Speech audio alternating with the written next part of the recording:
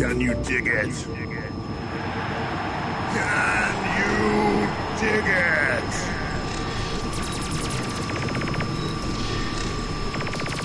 Ladies, gentlemen, friends, foes, lurkers, regulars, GMO people, organic people. Boiler room. Inbound. 5, 4, 3, 2, 1.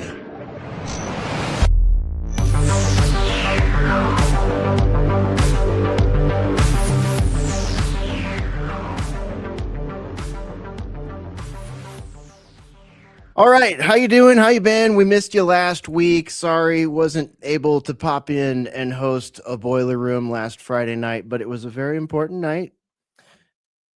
Had tickets to go see the fastest band on the planet, Archspire. So did that, had a wonderful time. Saw Necrot, Archspire, and Mutilation Barbecue down in Austin. So shouts out to all them for an awesome show. And I'm sorry that meant you missed your show here in the boiler room, our show here in the boiler room.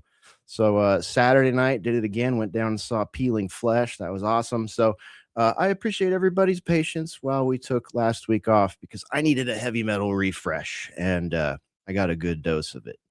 But we are back. We are back. And we're here to say the screen, it always glows before the truth arrives. Every headline, every war, every crisis, outrage, emotional trigger, they're all rendered and processed and compressed and delivered through machines designed not merely to inform you, unfortunately, as we were sold over the last 30 years or so, but to shape you. Now we live inside a civilization increasingly unable to distinguish between reality and simulation. Have you noticed this? We've discussed this a lot here in the boiler room.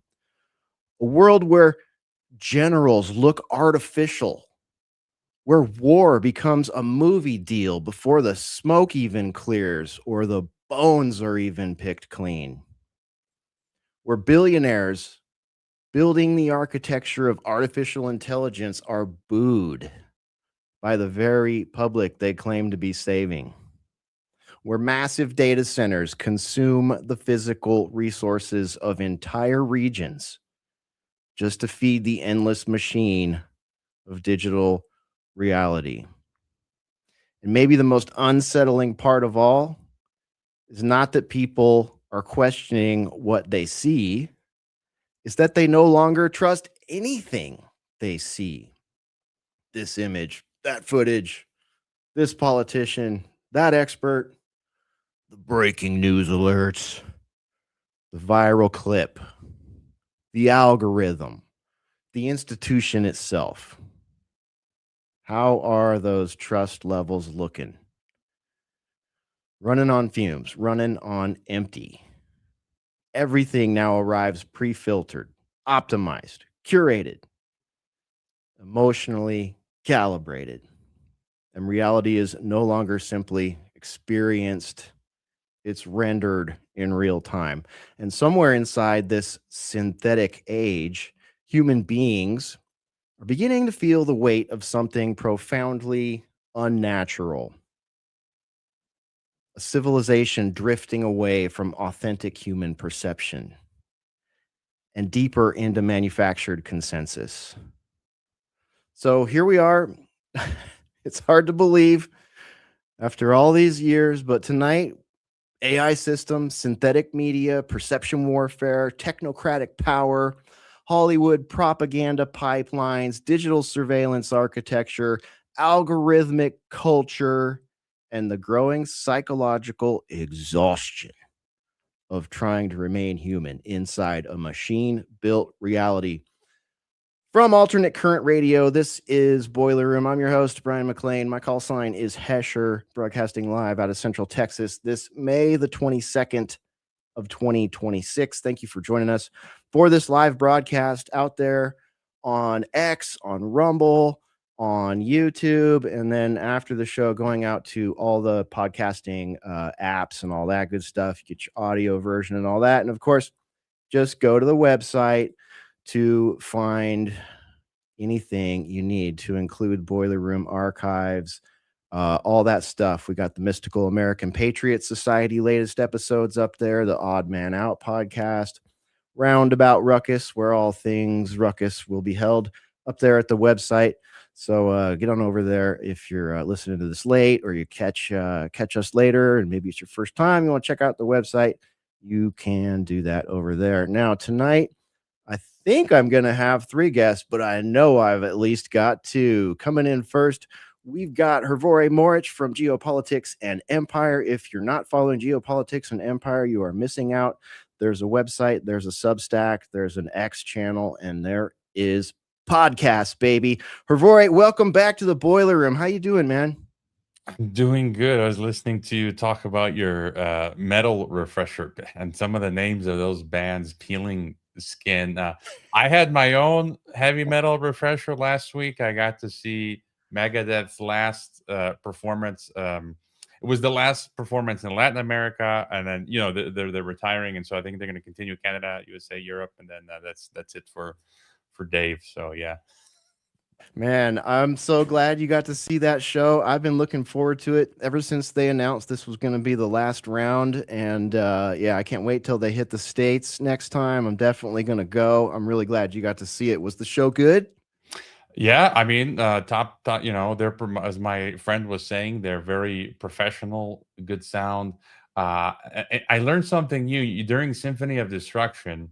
Everyone was chanting Megadeth, Megadeth, Aguante Megadeth, and I'm not familiar with all of Megadeth's music, but I'm like, what is this? And I researched. Apparently, it was a chant that started in Argentina decades ago, and now at all concerts for some reason during Symphony of Destruction, they chant. It's a Spanish word which means like I survived Megadeth. So. All right, cool. Well, you did, and I have as well many times, and I'm looking forward to taking my chances once again with surviving a Megadeth show. Last tour, it's going to be pretty fantastic. I wonder if it's going to be like Slayer, where it's like, okay, we're retiring, we're not putting out more albums, but maybe a festival or two, every summer, something like that. I sort of like this this trend of like, hey, we're retired, but we can still get out there and thrash every now and again. I think the thing was his. I read Mustaine's. He's got health issues, and that he literally physically soon won't be able to play. His hands are going to be stuck like this. I forget my other. And then and just on that point, I think the last concert I saw was Megadeth 10 years ago here in town. So this was my 3rd show. I think once in Chicago, a long time ago. And then now I kind of got interested. I'm like, who else is coming to town? And I checked the listings, and Scorpions. For me, it would be like the first and probably the last time I see Scorpions. I'm like, are those guys still touring? Are like they in their 80s? Yeah. I don't know if they're up to the 80s yet, but they put a new album out like somewhere in the 2021 era or something like that, and I gave it a spin, and I was impressed. Scorps are still holding it down. I would love to go see them, man. There's a number of bands like that I never actually went and saw because, by the time I was like of age to go see shows, like I was into heavier music than the Scorpions. So it was like, if Obituary was coming to town the same week as the Scorpions, it was a no-brainer. But now, looking back and having like the whole, musiverse around us at this point, in life and online and at this age, it's like, yeah, I would love to see some of those bands. Like I went and saw Motley Crue is another great example of that. I went and saw Motley Crue like 15 years ago, and it was the first time I'd seen them, even though like, I grew up listening to them. It was a blast, much better than the footage I see coming out of their current shows. I was just checking. It says half the Scorpions are like early 70s. The other half are like 77. Wow. So, but someone messaged me, and I think I'd seen it before. Winds of Change. It could have been written by the CIA. I wouldn't be surprised. Yes, we've talked about that here in the boiler room before. I think Jay Dyer brought that concept to the show, and it fits the mold. I mean, if you read what's written about it and all that, it's like, hmm. Plus, the other thing was like back in those days, especially on the big record labels, like if you were a rock band, a hard rock band, or whatever you like to call that whole set of bands, you were contractually bound to have a ballad on your album. And a lot of those bands, I'm sure they brought in other writers and producers to help make those ones since it was, contractual. But yeah, I've heard that before, and I think that theory holds some weight. Yeah, I mean the politics, but although for me it's got a lot of meaning, that song, for a number of reasons. Because in 2017 I tripped out, went on a trip to Russia, and walked down, saw a lot of history, and walked down Gorky Park, which is part of the lyrics, walking down Gorky Park, and I'm like, hey, I'm in the actual Winds of Change Yeah. song. But even beyond that, I still remember, like the late 80s, early 90s, traveling to Yugoslavia, Croatia at the time, and just that vibe. It's still very, it's a Slavic, that all Eastern Europe, Russia, Yugoslavia, communist world. It's that same aura, vibe, and that for me, like that you see the video, the song. I can relate to that exact feeling, because I was visiting my country as it was transitioning in its very own wind of change. So yeah. Yeah, man. It's well, that's one thing about, a good song. I guess even people in Langley can come up with a good set of lyrics, you know what I mean? And then they give it to the right band, and it's like a good song is a good song. A good set of lyrics is a good set of lyrics. And if it invokes a reaction in the people that hear it, and everybody is able to, my favorite thing about lyrics is having to be able to have my own experience with them or my own relationship to them, regardless of what the musician was inspired by when they wrote those lyrics, you know what I mean? So it's kind of like that's when you've successfully done it, depending on genre. Of course, there's certain genres where it's like, yeah, I just want to hear you talk about horror movie stuff or something like that. Yeah, you just made me think, and probably the CIA's got its own stash of high quality LSD and whatever other things they Oh, need we to know they do. We know generate. you guys do. You're holding out on us. We know you guys were seeding Timothy Leary with the good stuff. Do you think? Okay, I'm going to bring the other guests in, but one last question. This is for everybody. Do you think, like you and I, did you take any cell phone video while you're at the concert? I'm one of those people. That's an interesting topic. So I just took one shot of the people before the show started, just seeing, because it's a new arena. And then for me, it was interesting. Mexico's in some ways, in many ways, is becoming Americanized. Like developing to U.S. standards. Like I felt back in my day in Chicago, I saw many concerts. The big United Center Stadium in Chicago, and this felt like an American proper stadium, which was it was interesting for me looking at it from that perspective. But I just took 30-minute video clips of different songs. They played Ride the Lightning, and I'm not one of those people who's taking a selfie. I'm like old school, where I just want to have it in my memory. I don't want it. Later you kind of Yeah. kick yourself for doing that, but I kind of like want to enjoy the moment. That's what my memory is for, and I don't want to have all these selfies and things. Yeah, yeah, I get it, man, and it's like it's something I've struggled with over the years because I used to be a bootlegger. Yeah, that's right, record labels. I used to bootleg all your bands live. I went to extreme measures. It's beyond the statute of limitations, so eat it. Plus, it was underground metal, which the bands usually appreciate you doing that, sort of, unless you're going to monetize it and not cut them in, which I never did. But anyways, I loved like I'm an audio guy. It's my nature to be an audiophile and try to collect and create good audio. So I had this elaborate mini disc set up back in the early 2000s. I would take to concerts, and I had these like shotgun microphones that would sit in the like croquis of my sunglasses, and I'd wear my sunglasses up on the top of my head, and bass roll off, cables and wires. I used to have to like go with a chick every time and have her put all that gear in her purse because they were the only people they weren't searching. But I loved doing that. I had fun doing it, and I would like, master the audio afterward. Great time just for my own collection and my own memories. So it's like in my nature to hoard media like that. And then iPhones came along, and now they record great audio and video. So it's like when I go to a show now, it's like I like to take like, if it's a band I really like, I'll record like maybe one whole song and then like a couple short clips. And it helps me remember. The main thing for me is like, when did I see this show? Who played there? Because I've seen thousands of shows, and like that's something that's hard to remember. But now I can kind of like just through my photo roll like organize all that stuff and not forget all of it. So I'll take a picture of like the billboard outside, a shirt I bought, whatever, and like the 3 clips I took at the show, and then the rest of it's like you said, not looking at it through a screen and just enjoying it. It's funny you mentioned shirt. My friend and I, he was keen on getting a shirt, but a lot of the shirts are ugly because they, you want the cooler shirts that just say Megadeth, nothing on the back, and maybe like a nuclear symbol. And he couldn't find one. And he's like, of course, we go to the corner bootleg on the street where it's cheaper. And they're good quality. And the official merch was super expensive, like $20 for a bandana. The shirt was like, I don't know, $50 or depending. But I bought for my kids, and I was sad because I found a really cool one for the kid, which I wanted. It's a yellow nuclear symbol with Megadeth, and my kid didn't want it.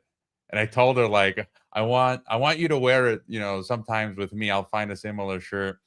And she comes to me, and she's so emotional. She's like, she starts crying because I bought her a gift, and she's like, I'm not gonna wear this, and she felt bad, So, but my other kid doesn't care, so I gave it to her.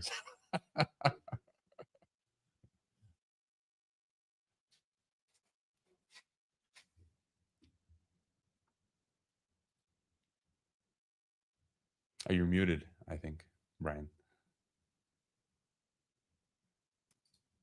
No, he's bringing me in. I can't hear you, Hesher, if you're talking.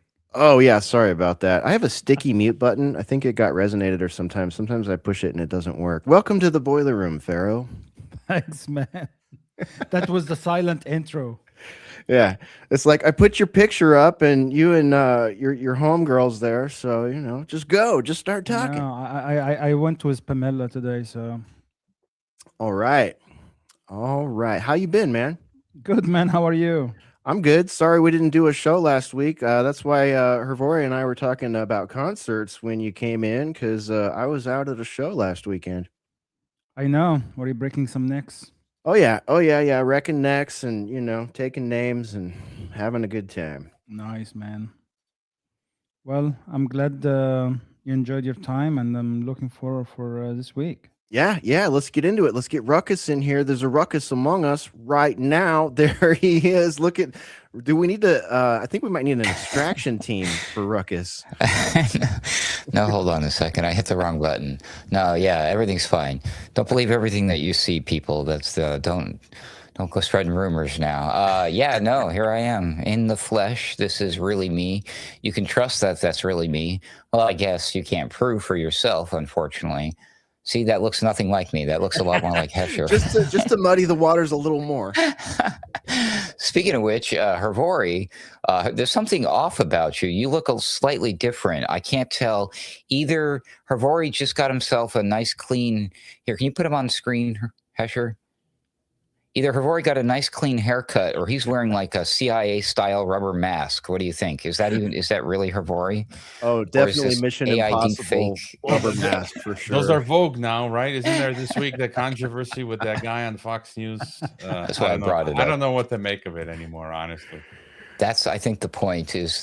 Does anybody really know what can we make of any of this stuff? And there's quite a lot of stuff. So thank you for having me, and thank you, Hrvoje, for joining us, and awesome to see you there. Wow, Mystical Pharaoh, your ladies. Bravo, sir. Good job. Very nice. So yes, welcome all to the audience members as well. I see a lot of people in there, and then I think it's going to be the four gentlemen. I see some people asking for Spore. I don't think she's going to make it tonight, sadly. But Spore, yes, we are all sad, but she will be with us next week if all goes to plan. We've got her studio, ACR Studio B, totally torn down, but now it is about 3/4 of the way built back up. So she is almost ready to jump back here into the boiler room with us. So that will happen soon. Never fear, everybody. And she's we'll just have to all project our inner Spore That's right. until then. That is right. So for anyone that is wondering what we were joking about, and maybe it sounded like, I don't know, an inside joke, here you go. This is what we were referring to. This footage aired on, what was it, Fox this week? Yeah, Jesse Waters, I think. Ooh. Maybe. Not a good look. I guess they don't really like it when the public starts saying, that's not a real person, that's a person in a rubber mask. Well, footage like that just doesn't help a whole lot. It looks intentional, though. I mean, you can't do that accidentally. It's either someone Amazing Polly commented. I got her comment on X, and she says people are making much ado about nothing, that it was some AI attempting to smooth out his skin. But for me, that doesn't make any sense. No, you're not going to smooth out his skin.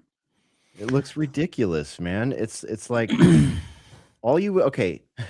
We've seen examples of those kind of masks. We know they're out there. That is a thing. That is kind of a problem. Just knowing that is a thing and that is out there.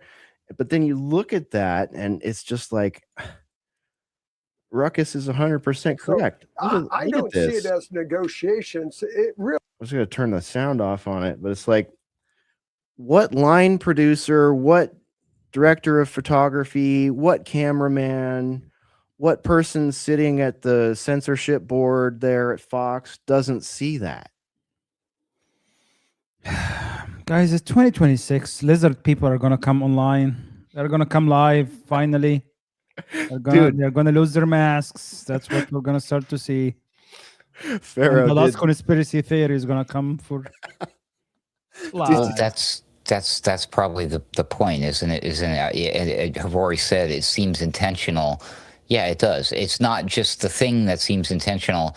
It seems to me the sincere lack of any actual attempt to debunk this and say, oh no, this is totally normal. The mainstream media, they're only debunking if it's very few and far between. It's literally them just saying, just articles that, like, for some strange reason, these crazy people are, it's going viral. They seem to think that this guy's wearing a mask, and they include the clip in their articles, and they say, in the article, there is absolutely no evidence to suggest that such a thing is happening. And then they don't even say, oh, it could be because of this, or they just say there's zero evidence to suggest that he's wearing a mask. And then they include the evidence in the article because you watch the video and you're like, that's a dude wearing a mask. I don't understand how you can't see that any other way. It's the craziest thing. So to me, I'm like, again, the lack of any attempt to actually try to explain it away means they are doing this on purpose. So, and then you see these strange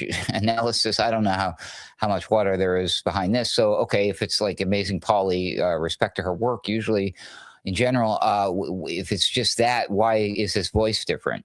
They did a lot of like study into the guy's voice and the way he talks, and everything has changed too.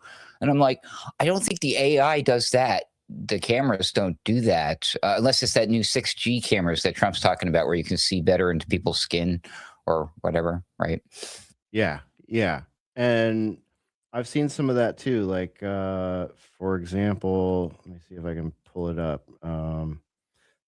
Yeah, this one. Let's see. Share. Like, let's see if I can make this bigger. Like, that's a normal picture of this guy. It doesn't like make my brain start flashing question marks and sirens emojis. And then that, look at that smooth face, smooth dome. Like, and the shadow literally moves as his jaw, you know what I mean? It's like not It's clearly not an AI correction artifact. Like they have their excuse. Okay, so Can you play the clip, Hesher? yeah, I have the clip. Hold on here. But it's like they have their excuse, and we have to accept it.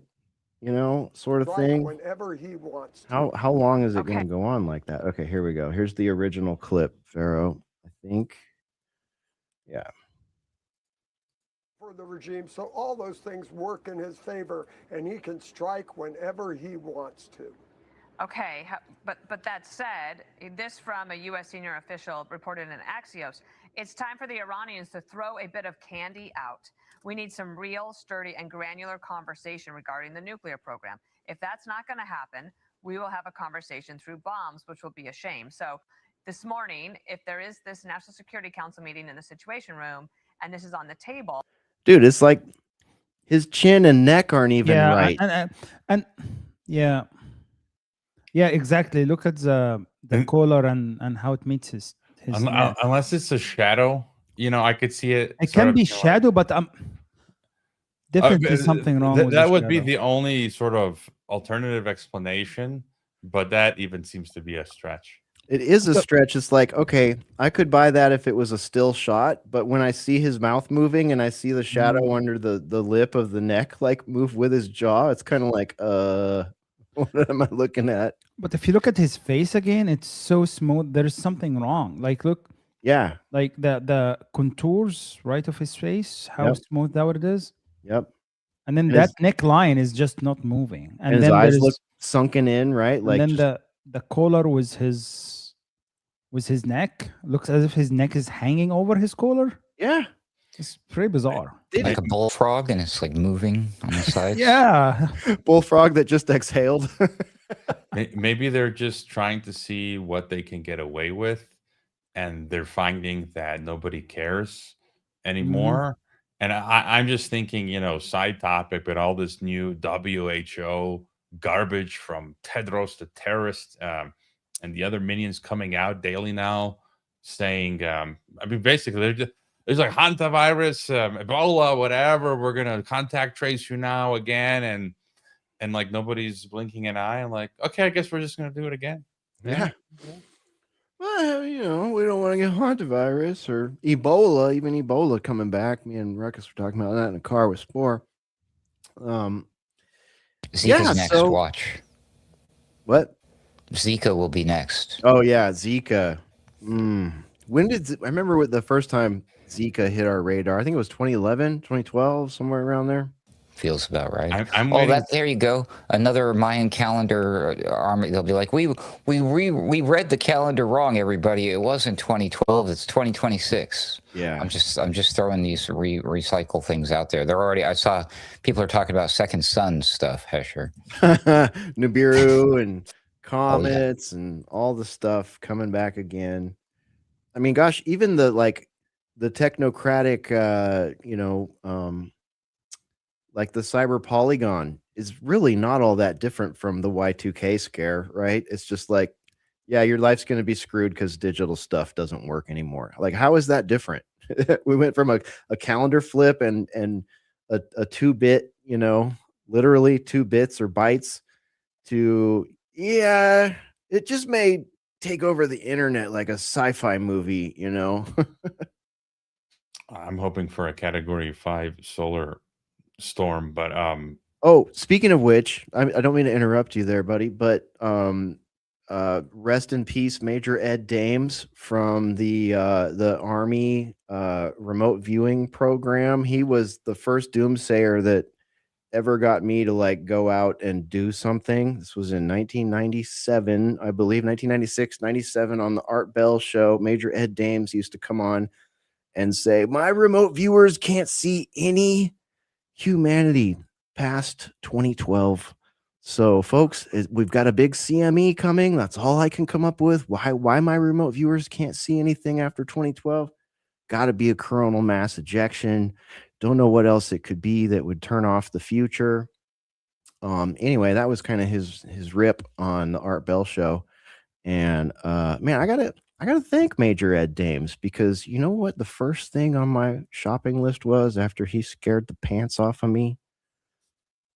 A rifle. That's right. I got my first rifle because Major Ed Dames scared the pants off of me on Art Bell. You know, I'm not ashamed to admit that. I actually thank him for it, because that started a path to where I am right now, as far as that's concerned. But yeah, he passed away, and we did not get our coronal mass ejection, Hrvoje, to get back to what you were saying. We did get a lot of movies based on that, though. It's funny. I'm just going to say I'm waiting for the flare virus. You know, Maze Runner. And it's funny because they just announced hantavirus is caused by climate change. And I'm like, that I just watched the Maze Runner series some months back. And it's like, that's literally the plot, that the climate change causes a flare virus, which causes governments to lock people into 15-minute cities and experiment on them with genetic modification and injections. And here we are. Great. As though we don't need more excuses to do that. Wait, how is it caused by climate change? Same way COVID-19 was. Remember, didn't they run that one by us during COVID? Are they saying that rats are coming out because it's hot now? The rats come yeah, out. well, yeah, they're trying to merge pandemic policy and climate policy at the UN level. I mean, and you listen to these guys, I want to vomit. Like this guy, Mike Ryan from the WHO, they just gave him an award. I'm like, wait a minute. You know, Tedros Adhanom gives him an award. I'm like, this is the guy that said we're going to lock you into your house and then kidnap your children, you know, separate your children from you in your house. Like total psychopath. But they're just coming out and saying science-based solidarity, which is a commie term. They keep saying solidarity. And they keep saying we need like basically a world government. It's like they're desperate. So yeah, it's freaking crazy, dude. I saw your post this morning. Trying to find it here. Well, the thing is, with both of these, the reemergence of the Hanta and the Ebola talk, is that it just so happens that there has been some jibby jabs in the works for these particular diseases. So it's just that it's like, wow, okay. So they're commercials wrapped in pandemic scares, the threats. They're not even real pandemic scares from that I can tell so far. I mean, they sure have all the flavors and the smells, the whiffs of all the things, but I'm skeptical. I think there are bigger things afoot. I mean, like literally going into the show now, right? I don't know if any of you saw this, but they were like breaking just on X and places like that. Breaking news: they canceled all their meetings and their trips, and Memorial Day's canceled. Trump's going back. They're all meeting in the DC. Something's going on. Something big is happening. Trump can't go to his son's wedding party. Yeah, I'm just like, come on, people. So who knows what they're doing? But I don't think they're doing the pandemic thing this time around. Maybe later. Maybe down the road. Maybe after Trump, when it's Michelle Obama as president or whatever. It's gonna be pandemic. I agree with that. Yeah, but there is a Moderna virus. I guess they're working on mRNA vaccine for hantavirus. Yeah, they've been doing that for a while. Similar for Ebola too. I just was checking, poking around. No pun intended. They're all just little like logs on the fire of the pandemic industrial complex. It's like they created this whole complex, as sort of a bolt-on to the WHO and the insurance companies and the IMF and the World Bank and all that. So it's like they have to use the bogus tools that they created. By that I mean the computer models for variants and viruses, which are the only place you will find variants and viruses, as well as the test protocols for those. So whether it's lateral flow, whether it's PCR, all of these things, not diagnostic tests, but when amplified to a certain level and tuned to the computer model, boom, they have a thing. And then you have things in the media to scare people. And all of a sudden you have a reason to continue with this new industrial complex. You know what I mean? It's the same as war. Like you create a problem somewhere and then you start funding and arming rebels, and then you start applying, fourth and fifth generation warfare and putting narratives on all the skirmishes, and boom, all of a sudden your arms manufacturers are happy.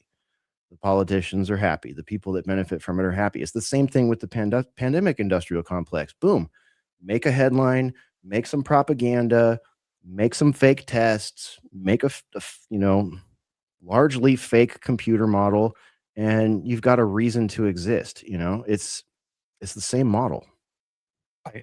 For me, it's just so obscene just watching these apparatchiks out there in Geneva, like, and these people, they're so narcissist. All of the Tedros, the Mike Ryan, and all these new folks. I mean, they just did a live stream, WHO meeting, and all these like ladies on the call, and they act like they're gods. And I spent a year in Geneva. This is how they are. They are narcissists, opportunists, and they think they're gods, that they can wield control over us. And they're doing this good cop, bad cop shtick. They're coming out like, okay, the WHO, they talk about the IHR rules and WHO, and we're not going to lock you down. We don't have that power. I mean, we do, but we don't. And like, but we recommend contact tracing. It's like we're helping you. We're not going to lock you down. It's just like CIA torture manual.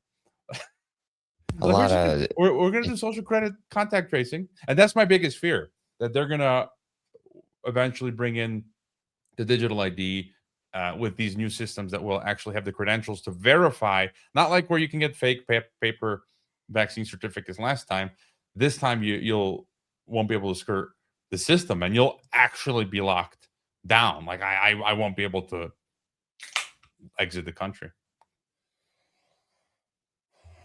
Didn't King Charles just talk about the digital IDs too, which failed so hard, but he's already back talking about it. And then also on top of that, we had a couple of what we like to call daily shooter events, one in San Diego, one right here in Austin this week. And lo and behold, skip all the way to the end of the daily shooter architecture. And what do you find? You find the mandate.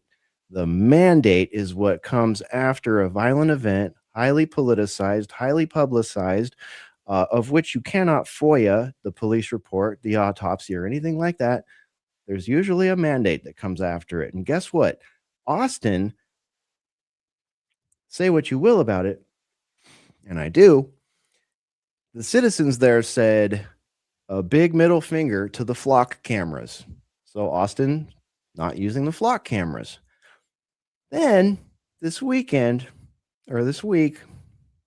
future doctor or lawyer who has gone to the gun store 4 or 5 times trying to steal a gun and trying to straw purchase a gun actually gets away with one and then commits a murder. And what does the city council and the news and everybody say?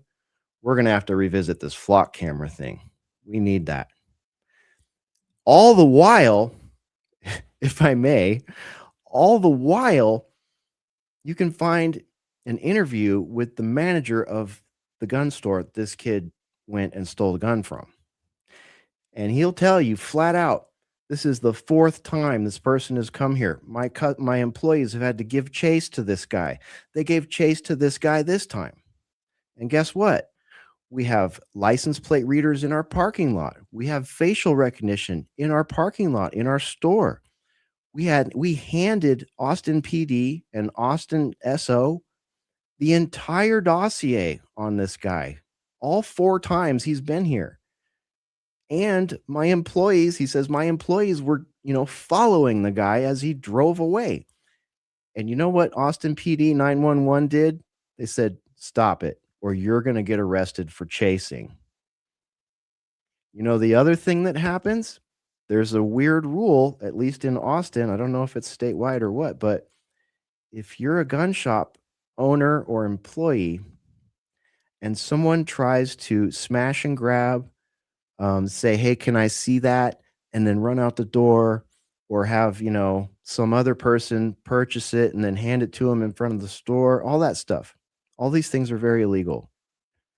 Anyone who's a legal gun owner and user knows this. But there's a rule for the gun store owners and employees. They cannot shoot someone during the daytime. They can shoot someone after dark, right? So there's some sort of state legislation or city legislation where if some, thuggish individual of any background wants to walk in to a gun store and run out with a gun or point it, load it and point it, it's like all kind of weird stuff happens. Ask anyone that works at a gun store, especially in a big city. You basically have to let them run away with it. You can't shoot them. You can't chase them unless it's after dark. Make this make sense. So this person has been, this assailant, cops were given all their information and multiple times. This guy still goes out and does that. Is the problem that we don't have flock cameras, or is the problem that the legislation is, tying the hands of law enforcement and citizens as it pertains to, having the ability to make sure we have a polite social society in places like Austin? It needs more Palantir. Yeah. Flock Connected cameras to on flock. Palantir. Isn't that kid illegal alien too, they were saying?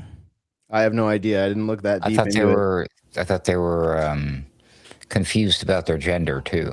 Or I mean, I might be hey, confusing did they these engrave stories. There's a anything lot in of the them. bullets? I saw that too, but again, I might be confusing stories. But The engraved bullets, I believe, was the San Diego case. But it's Okay. funny that both of these things happened within like 48 hours or 24 hours of each other. And all of a sudden it's like, oh, we need flock cameras and we need this and we need that. Like, no, how about you untie the hands behind the guys that work at the gun store? Like, I see all those guys at the range. I know they can take care of business if they need to. As Assume opposed so. I say we force everybody to be armed out in public, open carry, just old Wild West. I think it'll eventually fix itself. Man. Well, I don't pay much attention to these because I'm just false flag, and often when I do decide to pay attention, I go to a mainstream source, and I'm almost every time I find it, you'll find FBI informant involved. But there was a clip recently, the British example of what we're talking about. You had this rally, Tommy Robinson, Lennox, whatever his name, total faker. I can't stand this guy. Yeah. So fake. Controlled opposition. Yaxley Lennon or whatever the hell his name Yaxley is. Lennon. I mean, you got to be brain dead to still follow this guy today. Seriously. And it was the first, was it a protest where Airstrip 1 Ingsoc rolled out facial recognition? I mean, is that any coincidence that it's at a Yaxley Lennox event? And he comes out and says, oh, migration, blah, blah, blah. We need a what did he say? We need a British ICE. I'm like, are you serious? It's like that gives the whole game away. This guy's a setup. Oh my gosh. Yeah, British ICE, because ICE is working out so great here. And yeah, exactly. What would they call it? Because they call their things ministries. It would be the ministry of what? Ministry of thugs. Didn't they rebrand ICE to NICE? You guys saw We've that? talked about it. Did that actually happen? I don't know. Friendly Fascism. Bertram Gross wrote the book Friendly Fascism. I heard that they were going to blend the anti-Semitism task force with ICE. Oh no! Please stop. Yeah. Yeah, last I see about that is probably when we talked about it. End of April, Trump backs idea of changing ICE's name to NICE. Of course. Yeah, I haven't seen anything since then, though. That's the first thing that comes up. It was in the headlines, I think, this week. Oh, really? Great. So is that seriously law? I don't know. That they cannot shoot someone in the morning? Oh yeah. That I mean, it's crazy, man. That does not make any freaking sense. Yeah, Seriously. it's crazy. Like, why? I mean,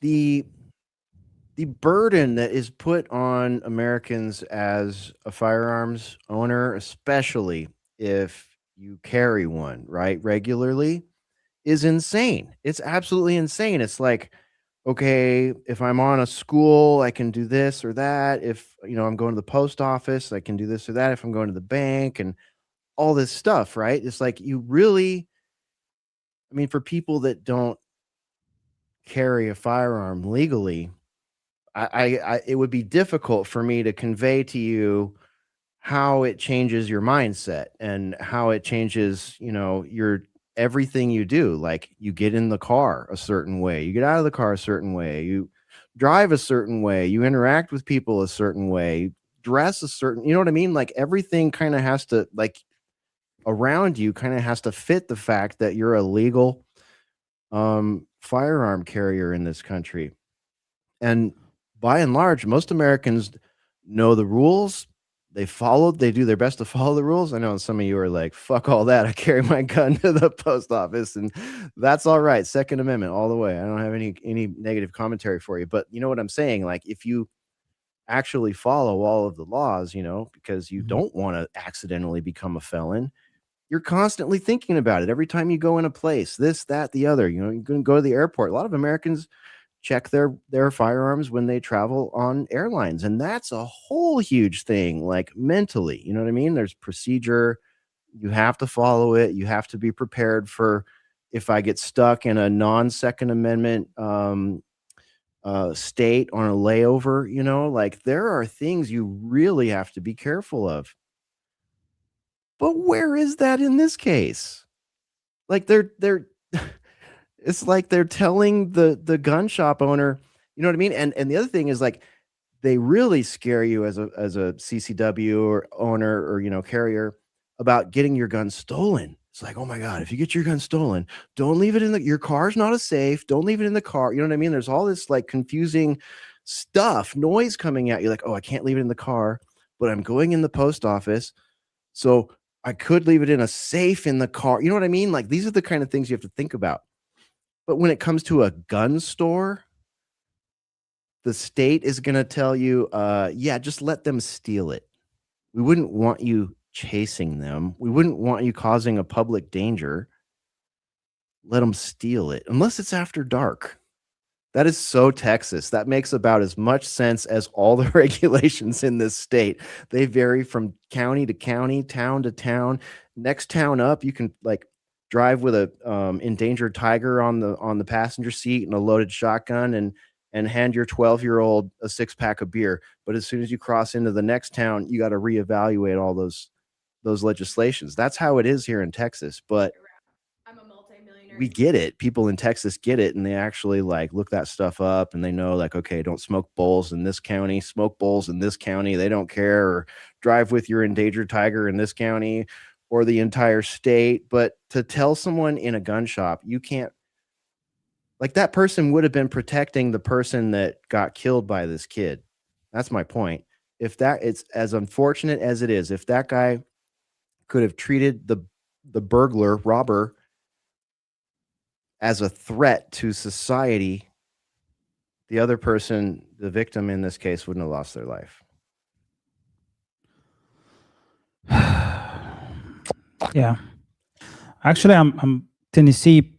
They just passed a law, like a legislation this month, expanding self-defense laws. So now you can actually, in cases of arson, burglary, and robbery, or aggravated cruelty to animals, you can use deadly force on your property. Jeez. which it's good, right? So it's it seems that there is a good movement, at least in the direction of self-defense, which you should be allowed to, especially if you're living in a place where access to police is less and less, and it's hard for them to come. So you need to be able to defend yourself. So putting stupid law like that, tying a gun store hand, right, is ridiculous, actually. Yeah, it's crazy. Guys, who needs gun? I put the link in the comments. You ever watch this movie? I loved this as a kid. The Perfect Weapon. No, Oh no, heck yeah! It's been a while, but I no remember gun. this. You don't need gun. You are the weapon. Just I think that was a one-hit wonder. I didn't see him in any other movie after that. But No gun, no knife, no equal. That's the tagline for the movie. Never seen it. I'd have to watch that. 91. What a great year. Metallica Black Album. Was it U2 Achtung Baby? Yeah, man. All kind of good stuff. I think that was my sophomore year. All kind of great shit happened that year. My country becomes independent. Right? Absolutely, man. But we got to keep in mind this is in the looming shadow of Columbine, which was not far off. What year was that, Columbine? I don't remember. 97, 97, I think. yeah. Or 96 or 97, yeah. Yeah, 6 or 7. Yeah, Perfect Weapon. Ruckus and I were talking about the movie Greenland recently. I was kind of describing him the plot, and of course, he doesn't watch movies, but he reads the plots online, so he already knew it. But man, that one was just like a more apocalypse doom porn. Are you hip to this one, Roy? No. Have you heard about this one, Pharaoh? No. So it's got Gerard Butler in it. There's 2 parts. What's the name of it? It's called Greenland. Oh yeah. I've actually recently seen the second one. All right. So the premise of the movie is extinction level event coming, comet. It's gonna basically just nuke everything with its little crumbles and whatever.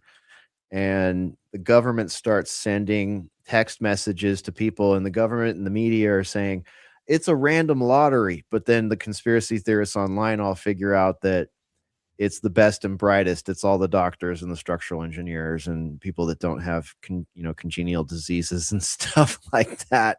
So they're trying to fill bunkers underground in Greenland with select individuals while everybody else is just left to perish in atomic space flames. I mean, it just sounds like predictive programming. There was a sequel released just a few months ago. Yes. Yeah. Mm-hmm. And in the sequel, Greenland is no longer safe and the bunkers are all crumbling 5 years later. This is total spoiler. I don't think anyone that watches this show will care. And then guess where they have to go? Humanity has to go to the new Garden of Eden, which is the impact zone of the biggest piece of space comet, because it brought all the space juice and the space spores and nutrients. Yeah.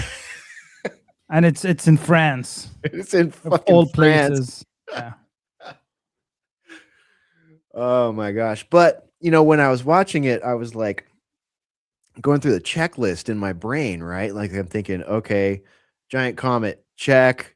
And then I think cyber polygon, Obama movie, check. You know what I mean? Like every apocalyptic scenario I could possibly think of, there's a somewhat recent streaming movie about it. Yeah, Ruckus got one right there.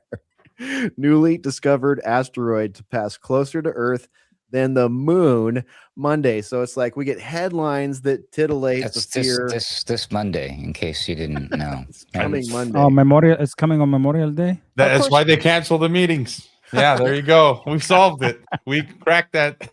Man, all I wanted to do was go to the opening day of the pool on Memorial Day, and now I have to shelter inside and go boating, guys.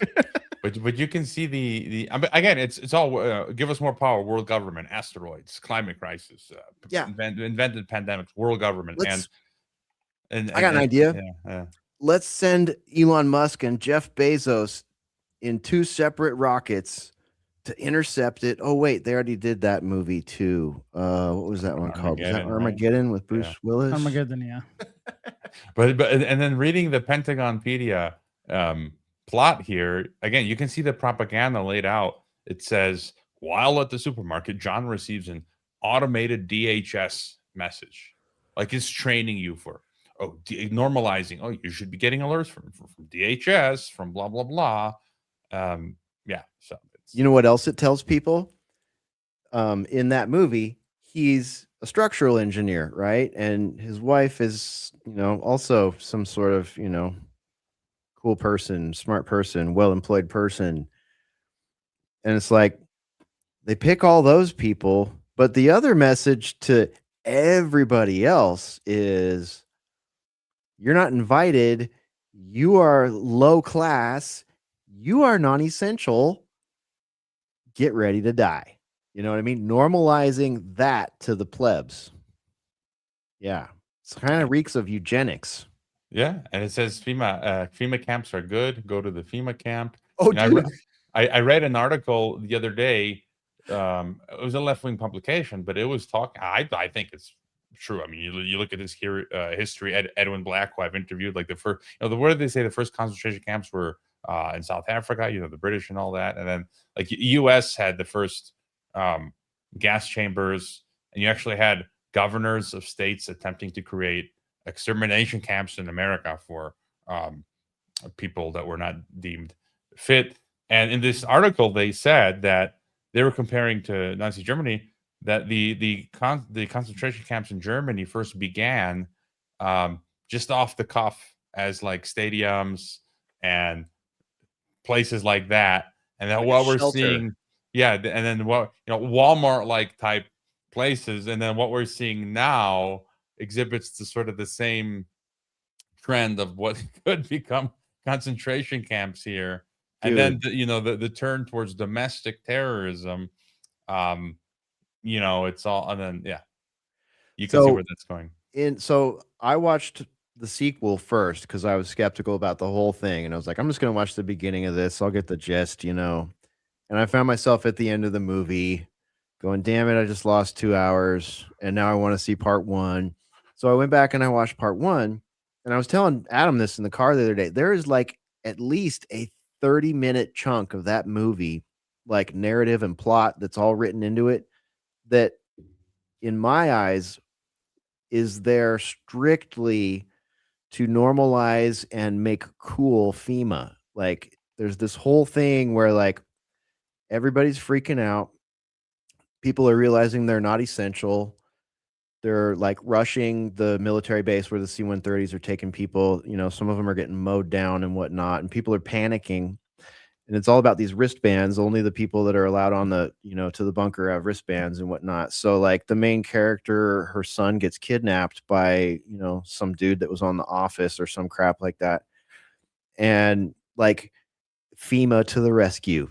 It starts this whole like 30-minute segment of the movie where like FEMA is so helpful and the FEMA tents are great and the FEMA, finds her son and all this stuff. And then like it goes right back to the apocalypse train of thought. And I'm like, so FEMA's great, but all these people they're helping are going to die in 48 hours anyways. Like, how is this supposed to like give me a glowing review of FEMA? They're participating in the lie.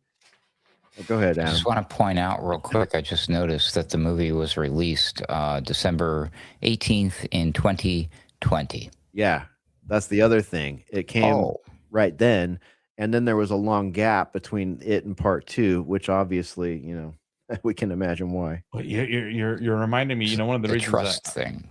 One of the reasons I don't have a television in my home, and it's really the America is the heart of they're the number one with this propaganda. It's a lot of the TV shows, like the police shows, what is it, NCIS or whatever, and the detective shows. I mean, and last summer in Croatia, I was watching the TV on occasion, and it was on Croatian television, and you just see how it's just normalizing everything you're saying. It's normalizing the police state. It's normalizing all levels of authority as being amazing, no corruption. They would never do anything wrong. The police, the FBI, the DHS, the CBP, the ICE, the CIA, black hats and white hats. I mean, dude, the black hat versus white hat thing. That, I mean, I have a television and I watch too much of it. I'm not ashamed to admit it, but like I do not watch any of the like the last time I remember watching a show like CSI, NCIS, Fire, CIA. There's like all these different ones now, and it's like the last one I remember watching was 24. To be quite frank, like 24, or like the one that had House of Cards. Like 24 and House of Cards were sort of the last ones I watched that were like in that vein. And now you look through like the streaming tiles and it's just all that shit. Chicago fire, San Francisco fire. There's like it's like Real Housewives, but for every, law enforcement, EMS, intel agency. It's so crazy like how they just pump this white hat versus black hat thing. And like, I think that might be the running theme through all these fucking stupid shows is like, there are good people in there doing good things against bad people in there doing bad things. And it's like that whole like black and white, red versus blue thing is the mindset they want the public in. Well, none of them are operating that way. Like, sure, there's white hats in various places. Like right now, people would say, oh, Thomas Massey's a white hat on Capitol Hill. Fine. The fuck does it do? Not Does anymore. it do anything to have one white hat, even if that's true? I put in the link. Can you show it? It's the latest example of a white hat. It's a tweet from Robert F. Kennedy. Oh, Lord. Jr. He signed a PrEP Act declaration to support medical countermeasures, hantavirus, I guess vaccines or something. I'm like, hey guys, it's 5D chess. All right. Yeah. I love the preventive measures. And You're gonna Tulsi smash everybody's televisions. Tulsi quitting was I posted the meme. Oregon Trail, you've died of trust the plan. Yes. Dude, that's perfect. I love that. Yeah, if anyone has missed it, Tulsi got like first. I was telling the guys earlier today, the first thing I saw this morning was the general with the rubber mask thing. And the second thing I saw was Tulsi resigns. And I was immediately like, oh, why, pray tell? Because we've been on Sunday Wire for like months just going, when's Tulsi going to resign?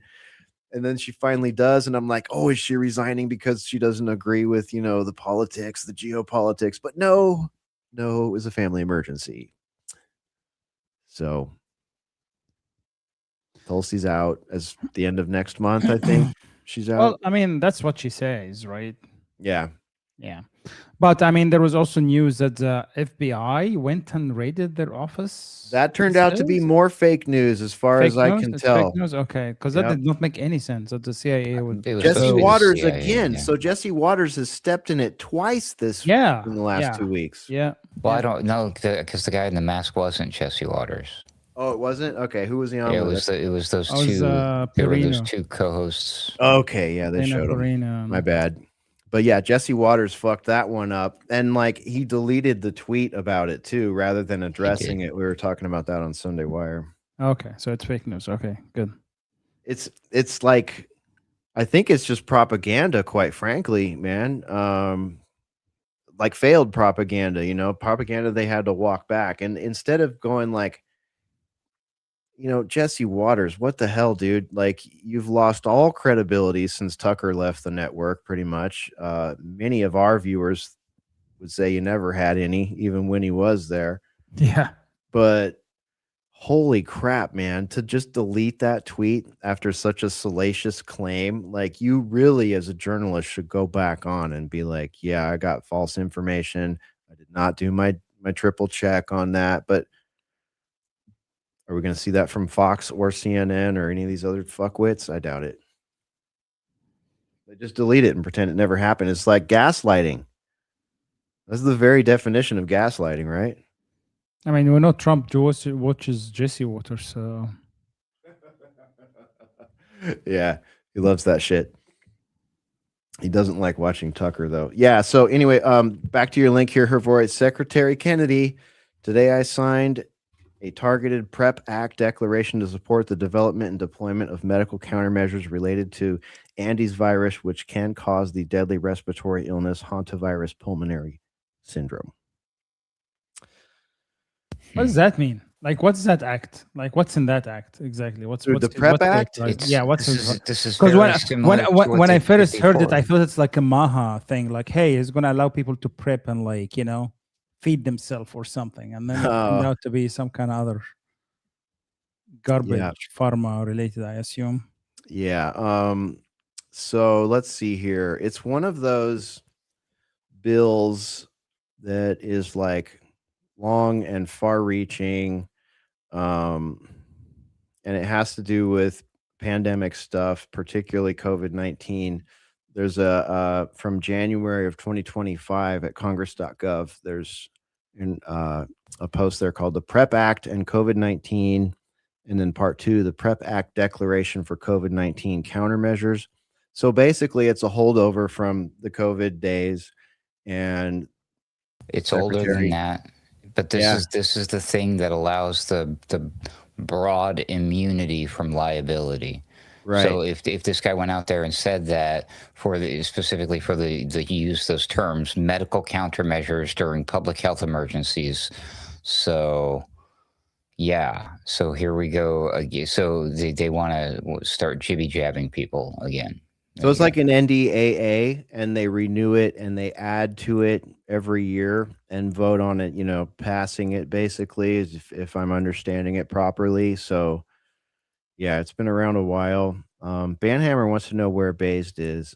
Based, I talked to Based before the show, and he's taken the night off. He's enjoying himself with his lady, and we hope he's having a great time. And we want to remind you to go to the Based Lit Analyzer channel and subscribe if you haven't. But Banhammer, thanks for asking. He'll be back soon, just like Spore.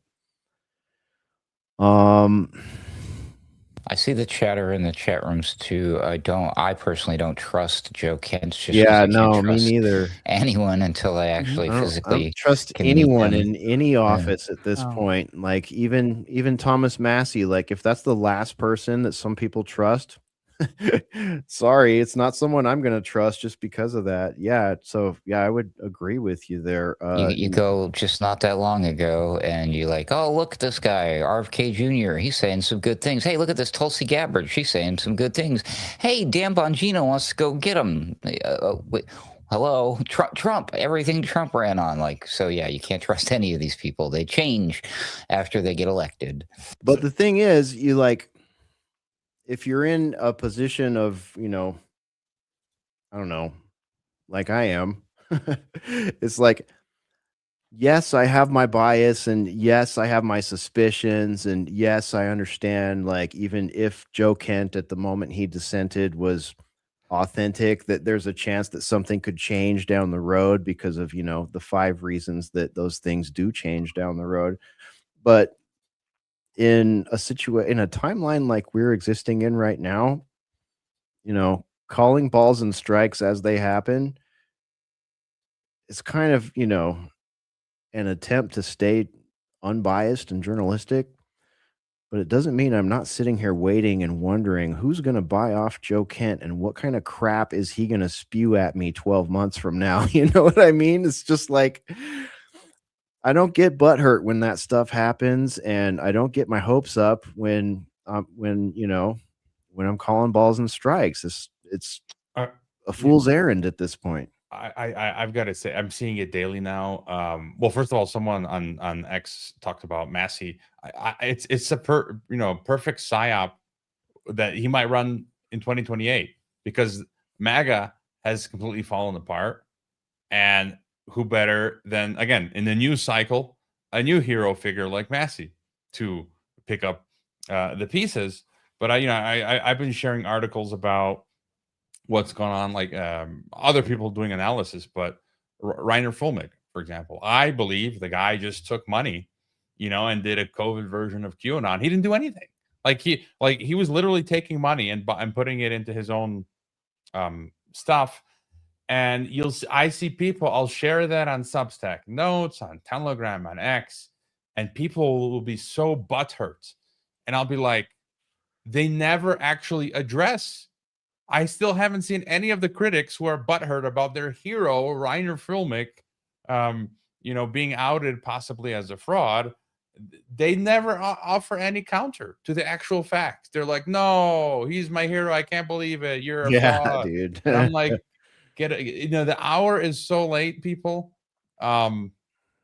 It's just, and that for me, again, as a Christian, that sort of like proves that people are programmed to worship someone, something, and they just cannot not worship somebody. It's crazy.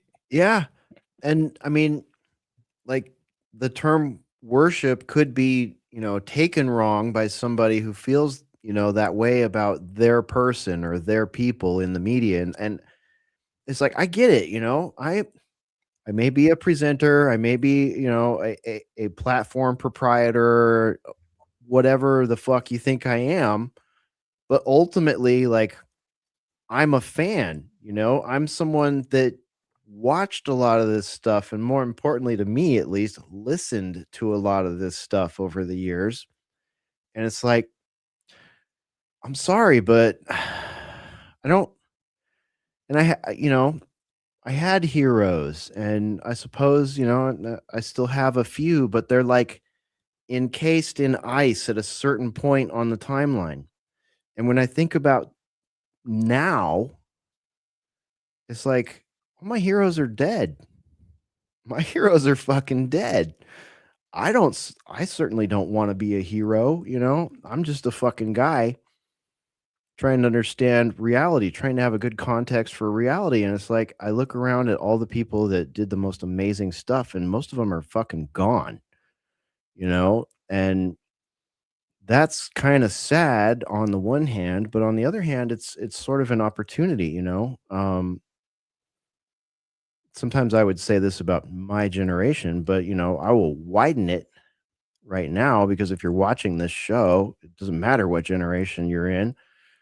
Our generation, except maybe some of you young bucks out there, like, we were the last one that was feral. We were the last one that didn't have our reality as a child shaped by screens and narratives and false heroes and false doomsayers and all this shit.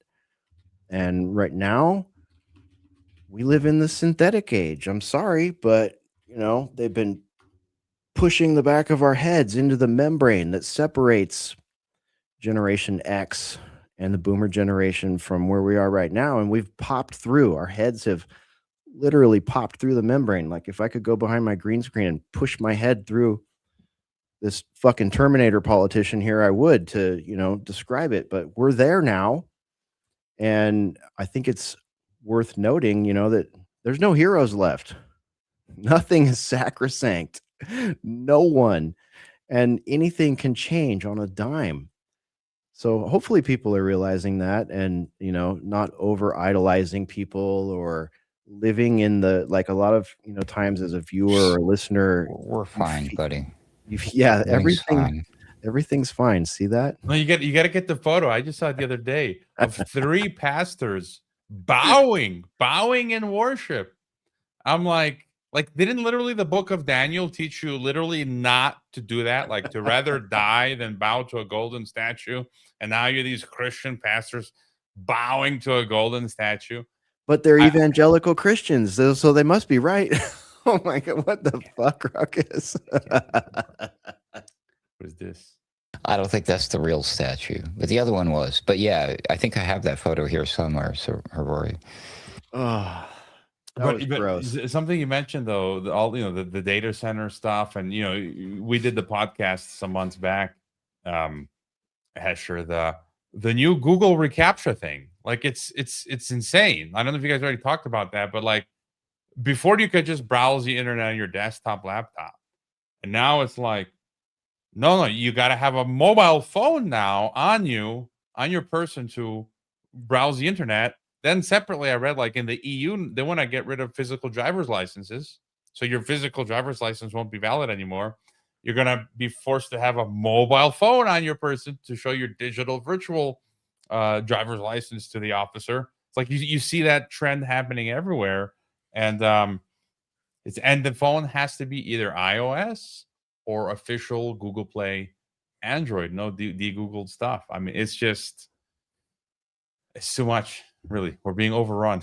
No the good de-Googled news- stuff. The good news is, guys, that I keep seeing these clips of these big tech bros who are saying, like, in the very near future, the phone is dead. We won't have cell phones. So you won't have to worry about it, bro.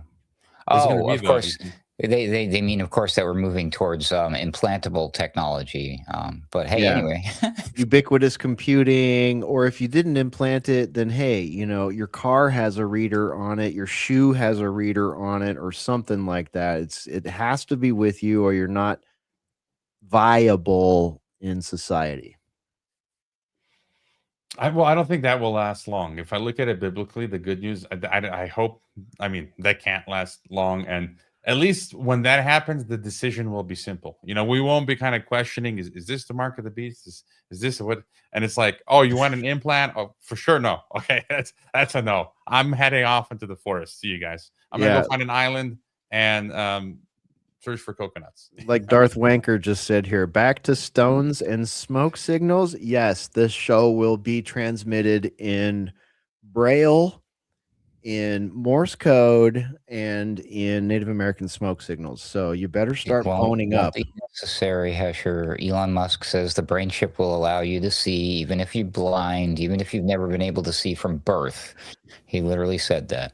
I'm not sure how that works, what that means, how you can validate whether or not somebody who has never, ever seen anything is telling you that they can now see.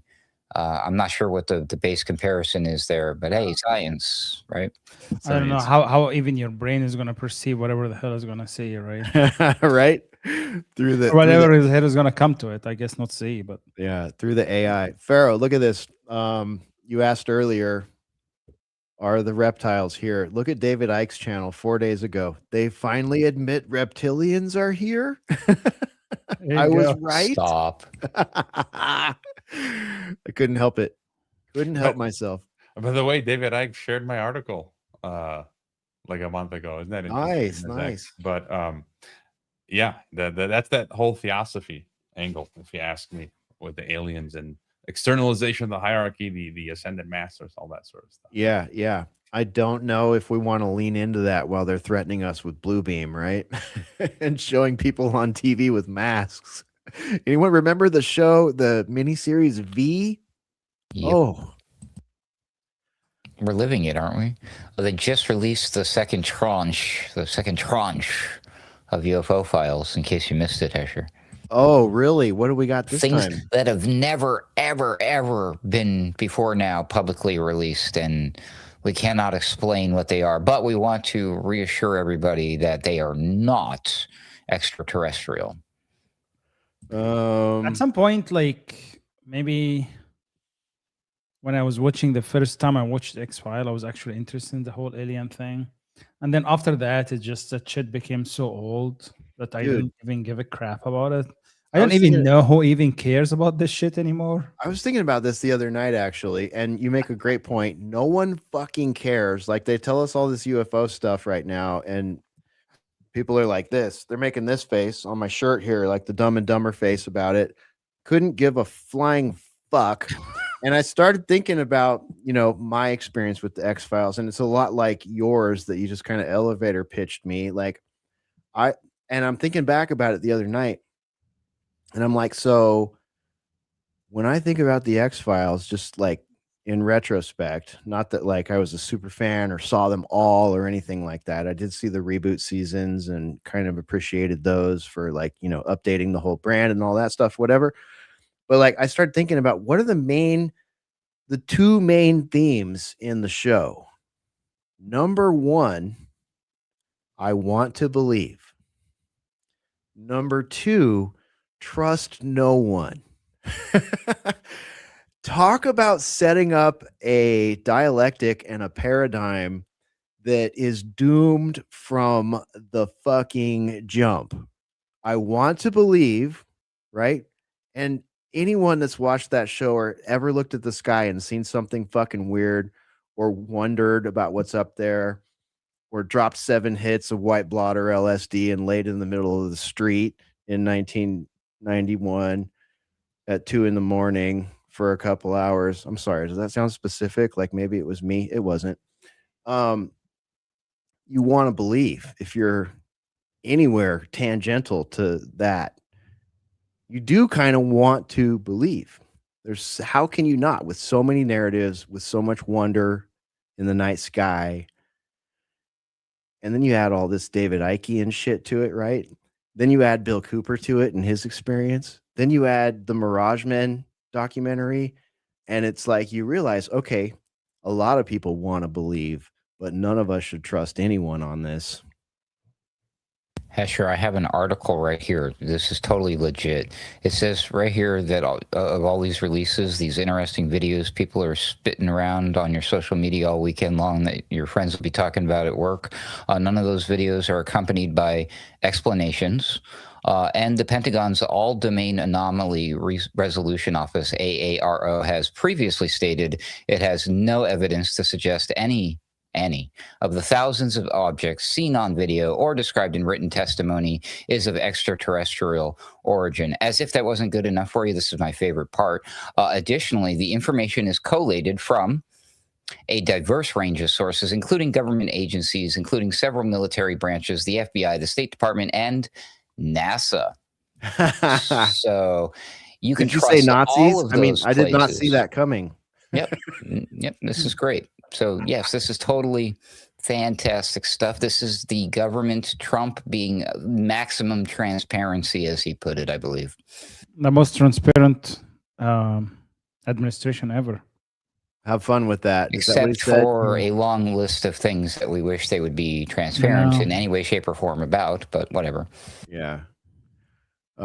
Eat Your Groceries says the X-Files were an allegory for MK Ultra / status and demonic sacrifices dressed up in a sci-fi format. Ooh, that's scathing, my friend, but maybe accurate. Yeah. So they'll tell us in one ear, believe, believe, believe, but then in the other ear, cannot confirm, cannot confirm, cannot confirm. But then in all of our media, it's like, get ready for this, get ready for that, get ready for Cyber Polygon, get ready for a comet to smash the earth, get ready for AI to take over, get ready for propaganda blitz, get ready for a zombie apocalypse based on a fucking virus. Like, we just get all of it. I hate to say it, but it does appear that the mainstream media, for their part at least, I mean, I know they have no association with the government or they do the propaganda. I mean, they just report the news, right? They're very honest and sincere people. Totally to be trusted, probably far more so than the government. Obviously, I'm being thick with the sarcasm here. So it is interesting that a lot of the mainstream coverage here seems to doesn't even leave. I mean, you don't have to go far into the articles. It's usually right in the headline or the subheading under it, in which, you know, how people do it. They just share the headline level news, right? Is that everybody seems to be disappointed, or they're giving the impression they want you to be disappointed that this is, where's the aliens? They want the aliens. And I'm just like, why are we like continuously ingraining the subconscious desire for the aliens, building up this appetite and expectation for it? That might be some sort of psychological trick, because, you know, think about it. That is the shoe that we're waiting to drop ourselves, right? But not like in anticipation. So I don't know. But also it just further seeds this doubt. And when the government comes out and says this is maximum transparency, and they give you absolutely nothing, you're like, hey, hold on, we don't trust you. You know, when Fox News puts a guy on TV with a mask and they say there's no evidence of a guy wearing a mask, we're like, hey, we don't trust you. It continues to beat that drum, doesn't it? They're back to the gaslighting. You're being told, you know, up is down, down is up. You know, your eyeballs, your optical nerve is antiseptic, all this stuff. Darth Wanker says anal probing is sounding kind of good right now in 2026. Ah, the good old days. That's where monkeypox comes from. Be careful. Yeah, you might end up with monkeypox if you Or you pink go eye. there. I can't remember. At the very least, pink eye.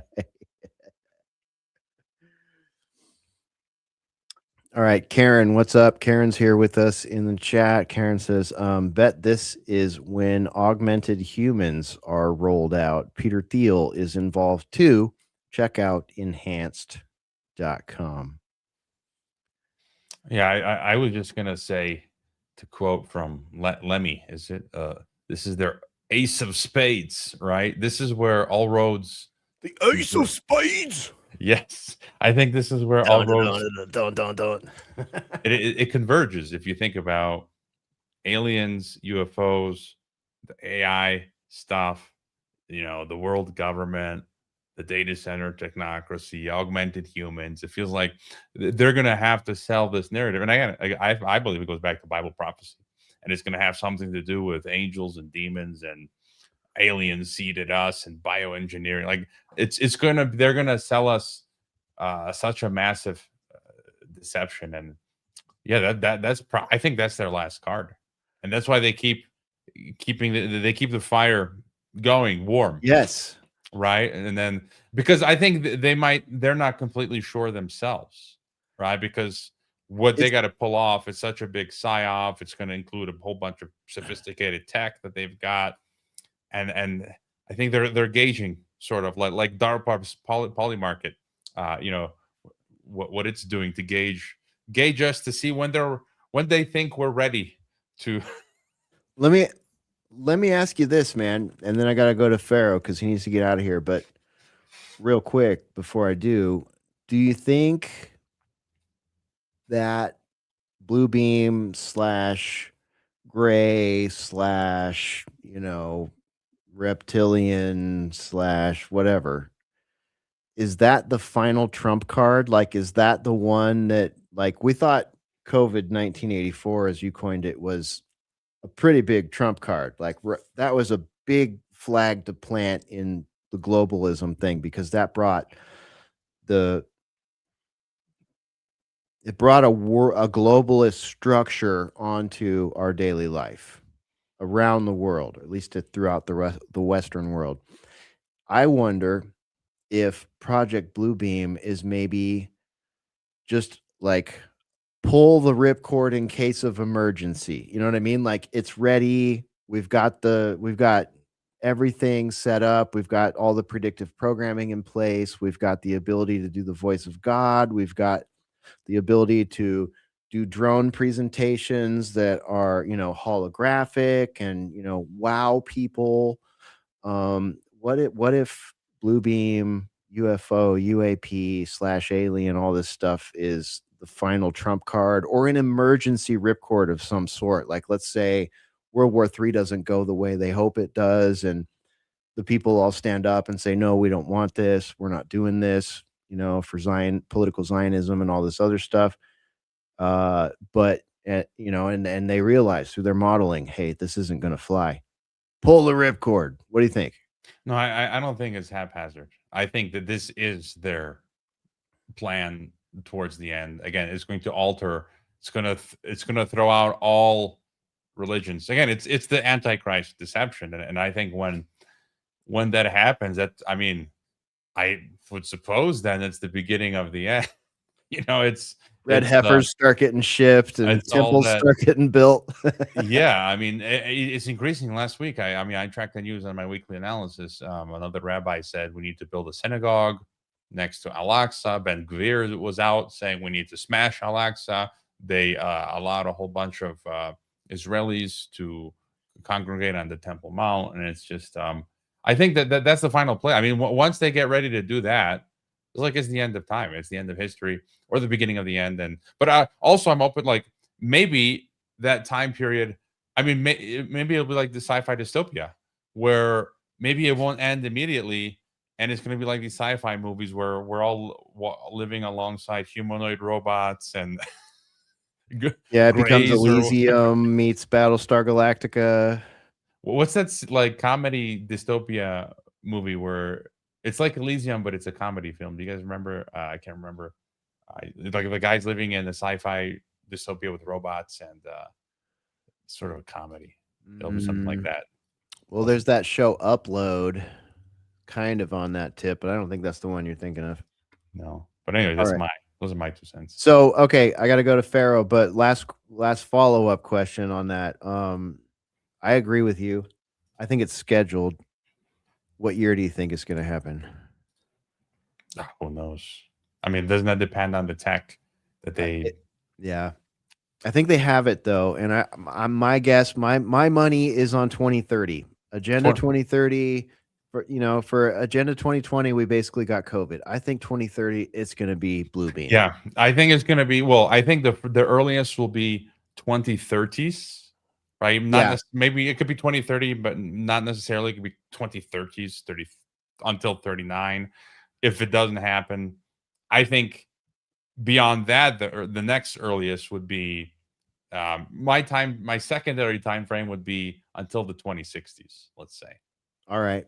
Beyond that, I've got no idea, because I remember way back in the day researching like prophecy that Isaac Newton actually calculated centuries ago, according to his calculation, with Bible prophecy, the latest the end would be the 2060s, which is interesting. And then if people interpret the prophecy about Israel becoming a state again, and that being the last generation, if you take like the 120 years lifespan, like average maximum, and count from 1948, you get like kind of like matching with Newton's 2060s. So it's just interesting data points there. Yeah, exactly. All right.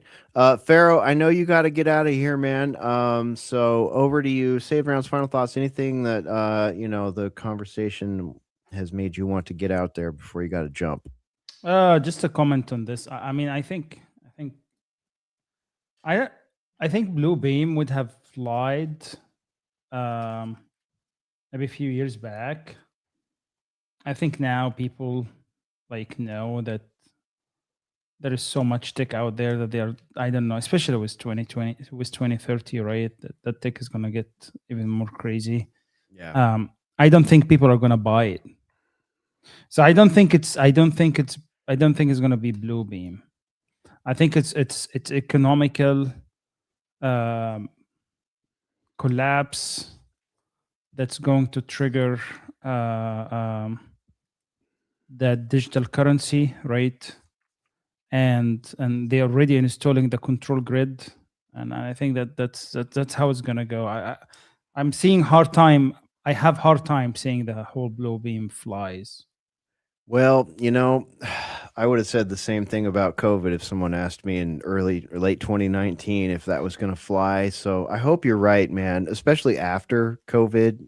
I hope that people are less malleable than they were in 2020 and early 2020 and into 2021. But yeah, it's a hard sell, man. They really are going to have to produce some good psyops and some good AI videos and some good fakery to get people to buy in. I agree.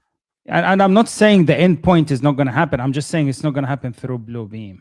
Yeah. That's what I'm saying. And it would likely be, like you said, a combination of things, even if they're staggered over the timeline, like leading up to that, like there would have to be a lot of instability and distrust and all that stuff. So of course, all that will be leveraged when it happens. But I think we're going to see the flip for the economy during Trump time before he leaves office. That's why he is here. Well, yeah, so that they're putting a lot of effort into that, aren't they? Yeah. Yeah, already. All right. Pharaoh, I know you got to get out of here. So thanks for joining us tonight, man. Thanks, guys. All right. There he goes. Infidel Pharaoh checking out. There's a couple of the comments here. Huffman Aviation 7341. Red Dwarf. Good shout, dude. If Mark Anderson was here tonight, he would be backing you up on that. Mark Anderson, just so you know, Boiler Room regular. He sends me Red Dwarf clips somewhat regularly, and we have some laughs about them. So good one. Good shout out there. If you don't know about Red Dwarf, you should check it out. Let's see here. Banhammer. I'm rewatching Battlestar Galactica currently. Yeah, that show the reboot of that show. I hear there's like a new one. There's always like chatter of a new, like a, another reboot or a continuation of where they left off with the reboot, but really interesting. If you haven't seen the modern Battlestar Galactica, I think it's a mid 2000s show, something like that. Very interesting, Out here, I'll titillate you a little bit. It starts out with an attack, an AI attack on the planet, and the AI in Battlestar Galactica, it exploits the fact that everything is networked. There are single points of failure in the digital networks, and that is what they use to destroy the globalist armada that has been assembled at that point in that timeline. So yeah, that's Was that with definitely John one.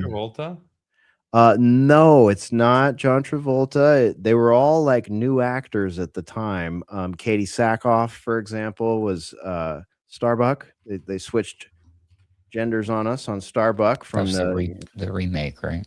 yeah, the early 2000s remake of the 1980s.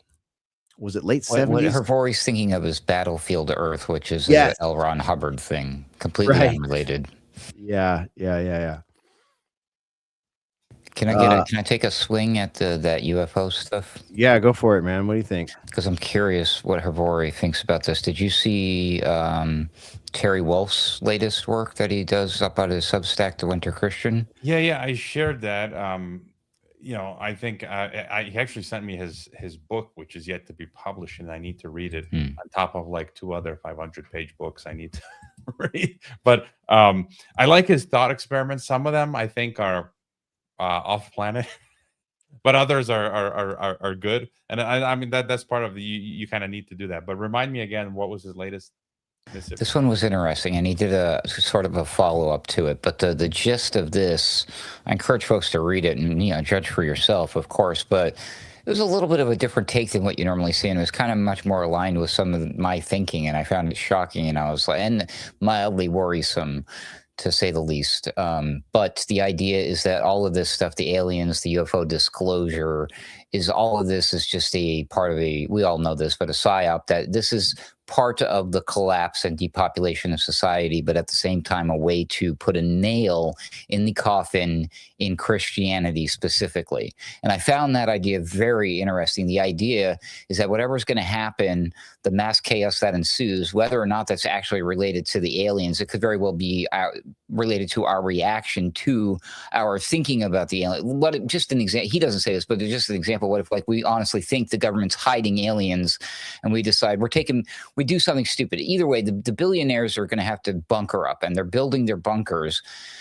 They're pushing this idea. You see it inside of these Christian circles, that they're pushing this idea that these aliens that are coming, they're saying they had these meetings with all the pastors. Remember, I think we talked about this on the last time or whatever, but they're saying, oh, these aliens, don't believe in them. It's just the great deception. Like what you were saying, Hrvoje, these are fallen angels. They're demons. Terry Wolf is saying that is a psyop. That's a trick. That's a trap in order to make like a false flag, in order to make the Christians look stupid when that's not true.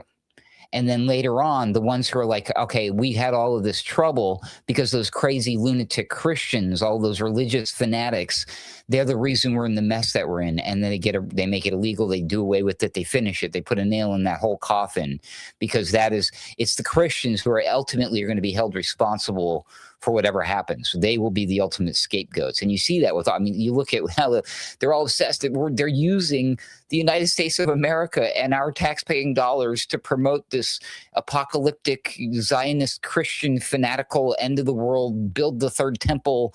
That's what's driving all of this stuff. It's crazy. So again, I found it a very interesting theory.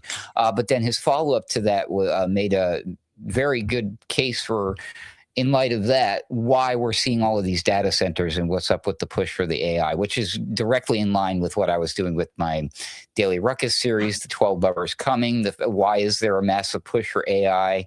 It's because it's not overpopulation. We're on the decline. It's a depopulation.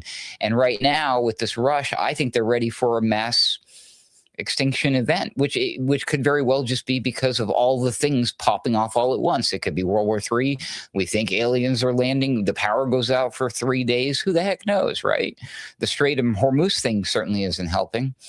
But anyways, just thought it was an interesting article. Yeah, I'll just add. I mean, again, it's not perfect, but again, I laud people doing these brainstorming, and that little shred. I think what you said of attempting to discredit Christianity. I mean, that's my belief. Again, they're going to say Prometheus, Ridley Scott is an occultist. Like a lot of these filmmakers, by their own admission, are they believe in the esoteric. Again, that idea that aliens created us. So there's no Jesus, no God. There's no sin. You don't need to repent. Just accept these ascended masters that are here now. And I'm just finding it's just incredible, the explosion of New Age Gnosticism and Theosophy in old media. I just got an email from someone who said, hey, you should have some guy called Horlasher or something back on your podcast. And I'm like, I never had him to begin with. And I go and look at his stuff, and he's all about this Gnostic Theosophy stuff. But I did find it interesting. Was it they said Vance or someone was talking about aliens would be demons? And I think like what Hesher was saying. What's the quote again from X-Files? Don't believe. I want to believe and trust no one. Trust no one. So often what they tell you, it's not true. It's the opposite. Although sometimes I think they might tell you the truth, and expecting you to expect that it's a lie. And so either maybe, but them seeding this idea that aliens are demons is interesting. Although they might actually be fallen angels and not demons. So again, there I could see sort of they might be created in a lab, Hrvoje. It's like an alien. Well, and I was going to say earlier, we might just see open manifestation of, like in old times, demons and angels. No, right? Why not? How many years have we been hearing talk? Well, I'll just answer the question for me. Back to 2012 again, probably talk of chimeras, lab experiments, combining human DNA with reptile DNA and all this stuff. It's like, yeah, if I saw a homunculus gray person with a Ken doll crotch and a giant head, or if I saw a reptile person out of V, or a fucking gummy bear like bouncing here and there and everywhere, my first question is going to be, how do you prove to me that you didn't come from a motherfucking government lab? Explain. Prove. Take me on your ship. Take me to Alpha Centauri. Take me to fucking Arcturus. Like, show me something, And even then, this is how fucking black-pilled I am. I'm going to be like, am I in a government lab? Hrvoje, they could have me floating, circling the fucking rings of Saturn. They could have me, it's VR. You're gonna say it's VR, right? I'm gonna be skeptical until the moment they fucking kill me with their anal probe or whatever. You know what I mean? Like, I'm going down in disbelief.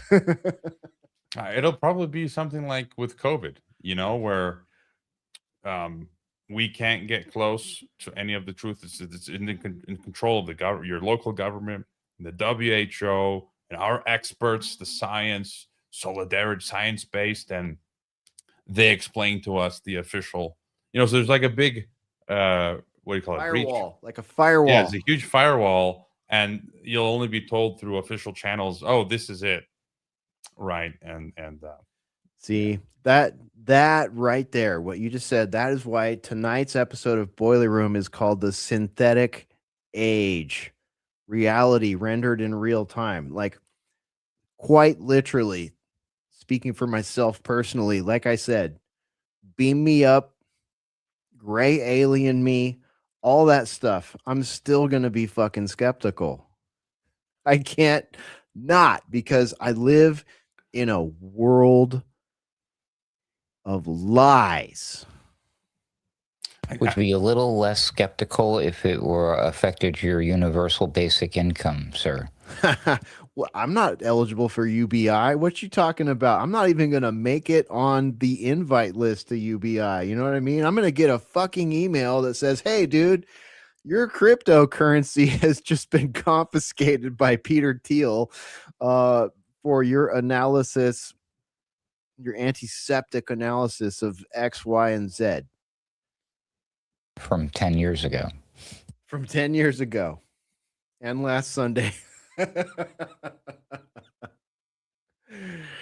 Oh my gosh. All right. I like Let the me comment. There's yeah, the go ahead. comment by Eat Your Groceries. I like that. That there's you got Jacques Vallée stuff in there. Passport to Magonia. Aliens are rebranding. They call them spirits, elves, etc. So I like that. I don't like Darth Wanker's comment where he says Jesus might have been a druggy pedo. I think he's been listening to Sir Escanor. Do you know Sir Escanor on No, who's that? he popped up recently on X and Telegram and Substack, and initially he was doing some good stuff like debunking the Chinese PSYOP professor and other things. I hate it when someone asks me if I've heard someone and they go initially ellipse. Yeah, and then he goes off. He was on Delingpole recently talking about Jesus was molesting the young disciples and was a pedophile on drugs, and I'm like, no, this guy's. And then you listen to some of his other things. He's somewhat amateur, so I wonder if that's where he got that from. But anyways, yeah. All right. Well, I just want to say it doesn't take much. I mean, there's already a large swath of the population that are not fans of Christians, we'll just say. So, I mean, when you think about it, I mean, the true body of the true believers, whatever is left, I mean, to each their own. But I mean, it's probably a minority population. It's somewhat unfortunate too. I mean, I'm curious about you guys' take about this, but even heathen Hesher here will say it's kind of unfortunate that like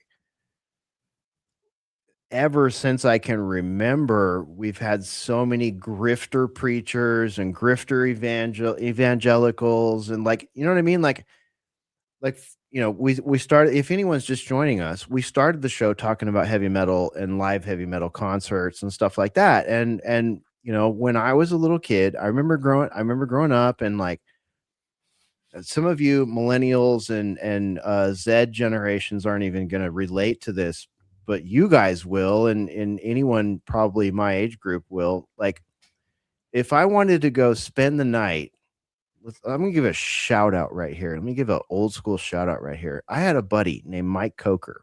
Mike Coker, if you're out there, what's up?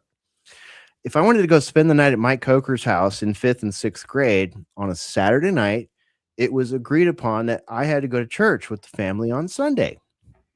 And they, no offense where it's not due, but they went to a very normie Protestant church. And I would go to Sunday school with Mike because I liked hanging out with Mike and my other buddy Mark. It was 5th grade. Like, we wanted to jump on pogo balls and ride skateboards. And I wanted to listen to Megadeth on the Doom box, but they did not. But that's another story. But like, if I wanted to go like sleep over there, Sunday was not negotiable. You know what I mean?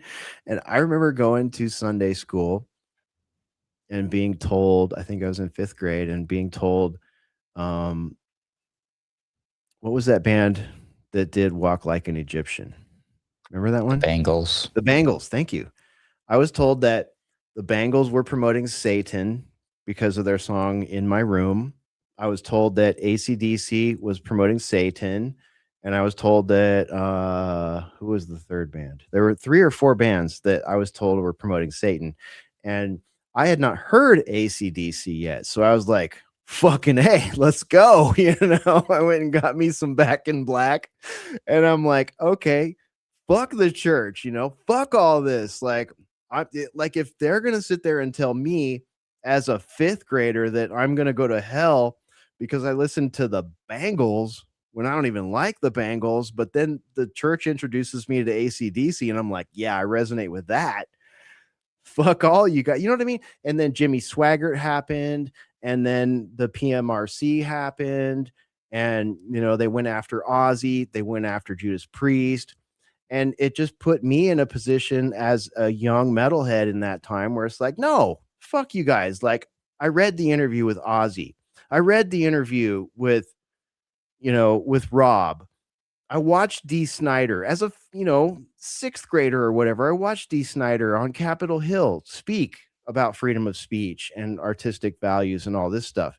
And those people in those bands convinced me at that age that the Christian church was trying to brainwash me and make me think normal things were evil.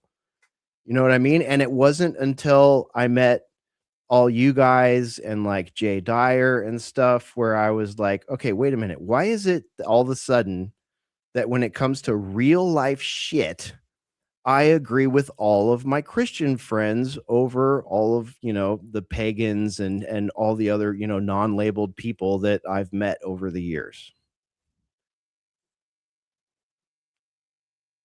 Yes. Well, so what I'll add to that is, I think there is a nuance between being Christian and consuming some of that music, but there's a few references that I have. I really like Pastor Joe Schimmel's documentary, Good Fight Ministries, out of California. Some of their documentaries are fantastic, and he has a 10-hour documentary. Actually, let me see if I can. I have it right here. Hold on. I've got the DVD. Here it is. 10 hours. They sold their souls for rock and roll. Nice. but I mean, I think for people who, I think there's something to this, because this is like, even if you're not Christian, I recommend getting this 10-hour documentary, because he puts in primary source footage, like from rock folks themselves, who themselves say either they literally made a deal with the devil, or that they felt a strange presence as they were quickly composing the music that they were composing. So again, I think there's something there. But then this book, I haven't read it yet. I bought it many years ago, and it really compares rock music today. It says sex, drugs, loud music, wild costumes, dazzling light shows. It says these sights and sounds describe rock today, but they were also part and parcel of the ancient cultural phenomenon known as the mystery religions. Go back 2,000 years, and they were getting groups of people together, probably sex, orgies, wine, sacrifice, loud music, and drums. And that was one thing I was thinking when I was at the Megadeth concert recently. Knowing a little bit about this, I'm like, it just does appear to be an extension with this new technology, obviously, of it's nothing new. Obviously, in some rock concerts, there wasn't the sexual immorality like this Megadeth concert that I just attended, but you had the dark themes, the loud music. So I think there is some, there's something to this. But again, I attend. Dave Mustaine says he's Christian, doesn't he? So. Well, Dave's actually an interesting case, because not only did he find Christianity at some point along the road and, publicly avow that, but he also got really interested in politics right before. It's always been a political band. Go all the way back to Peace Sells, But Who's Buying, 1989 or whatever year that was. And you can tell, this is someone who's cued in and at least watching the mainstream news. Young guy, sure. Angry, sure.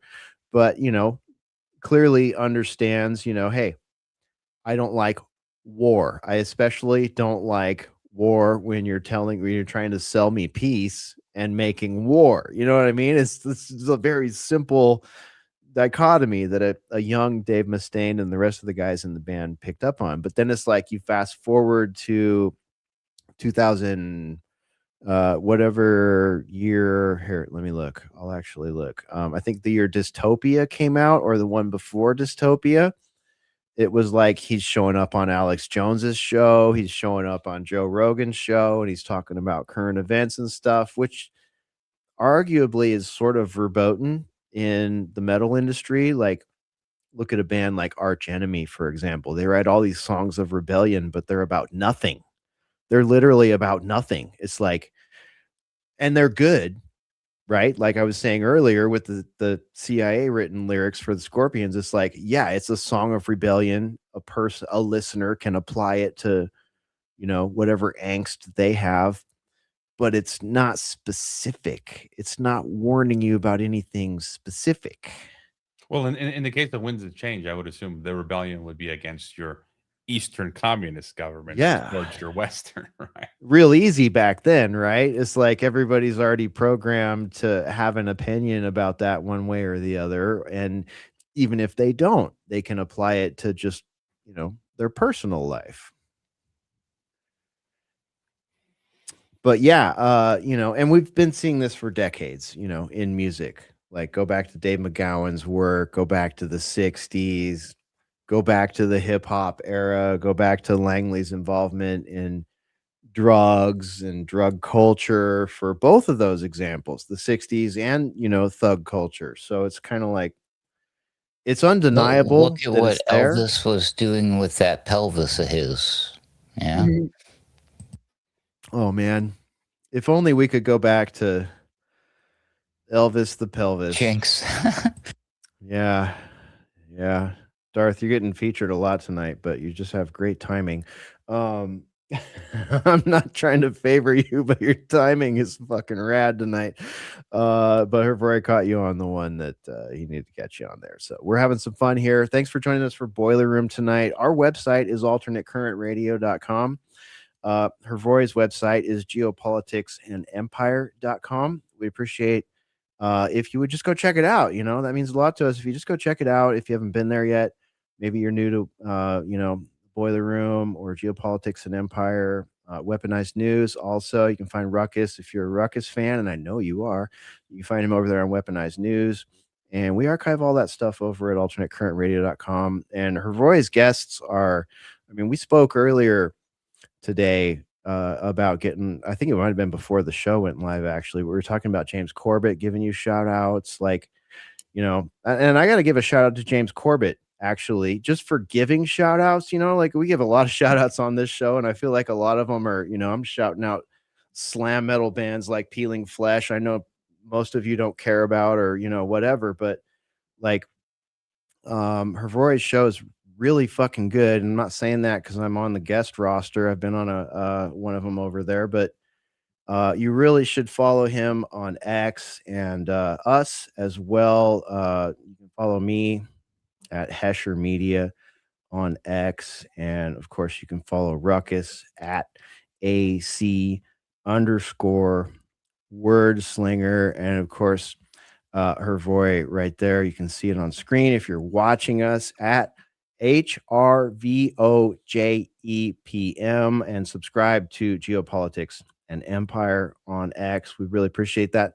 That actually helps us. People like us are sort of under the thumb of shadow banning still, but we are seeing a lot of our colleagues breaking out of it, and that's awesome. But your help doing that is a thing. Breaking on through. That's right. Breaking on through. I talked about pushing to the other side. I talked about having your head pushed through the membrane here. That's what we need you guys to do. You can do that for the algorithm, but the rest of us, we're all getting pushed into the technocracy, whether we like it or not. I had Anthony Frida on today. You know him, who's done the artwork for a lot of old media. Yeah. Recorded and published it earlier today. He's nice. A cool guy. And I like getting the artists and musicians on, man. They have such a different perspective than, your authors and documentary makers and that kind of stuff. It'll make it onto one of my playlists that I watch in 3x speed. We all sound like Alvin and the Chipmunks to Ruckus if we're not live. Hrvoje, I can understand Hrvoje in a higher speed, but I bet you a lot of people probably can't. Well, it doesn't change your tone of. It's weird. Like in my video editor, sometimes when I'm playing stuff back, it gives you the chipmunk voice. But on some of the add-ons that I use, it doesn't alter their their tone. Tone. No, you pop that into your own audio editor and put it on some super high speed if you want. That's what I had to do when I listened back to my show when I was doing edits back in the day. You know what I'm talking about, Hesher, right? When Oh, yeah. it's audio only and you're doing post-production, you're just listening to yourself talk over and over again, repeating the same thing, editing little things out, ums and ahs. Now, of course, AI does all of that, but we skipped all that by just doing it live, so whatever. Oh man, I can't even tell you how many times, like after Boiler Room, so many more nights than not, over the 11 years or whatever it's been. What was it? April 1st, 2015 was when we did the first episode. Like the amount of time I spent in digital audio workspaces, like removing ums, ahs, pauses, and stuff like that, so that the final product, which back in the day didn't have any of this whole mess on it. It was simply the sound of our voices and the sound of whatever I, put on the board that night.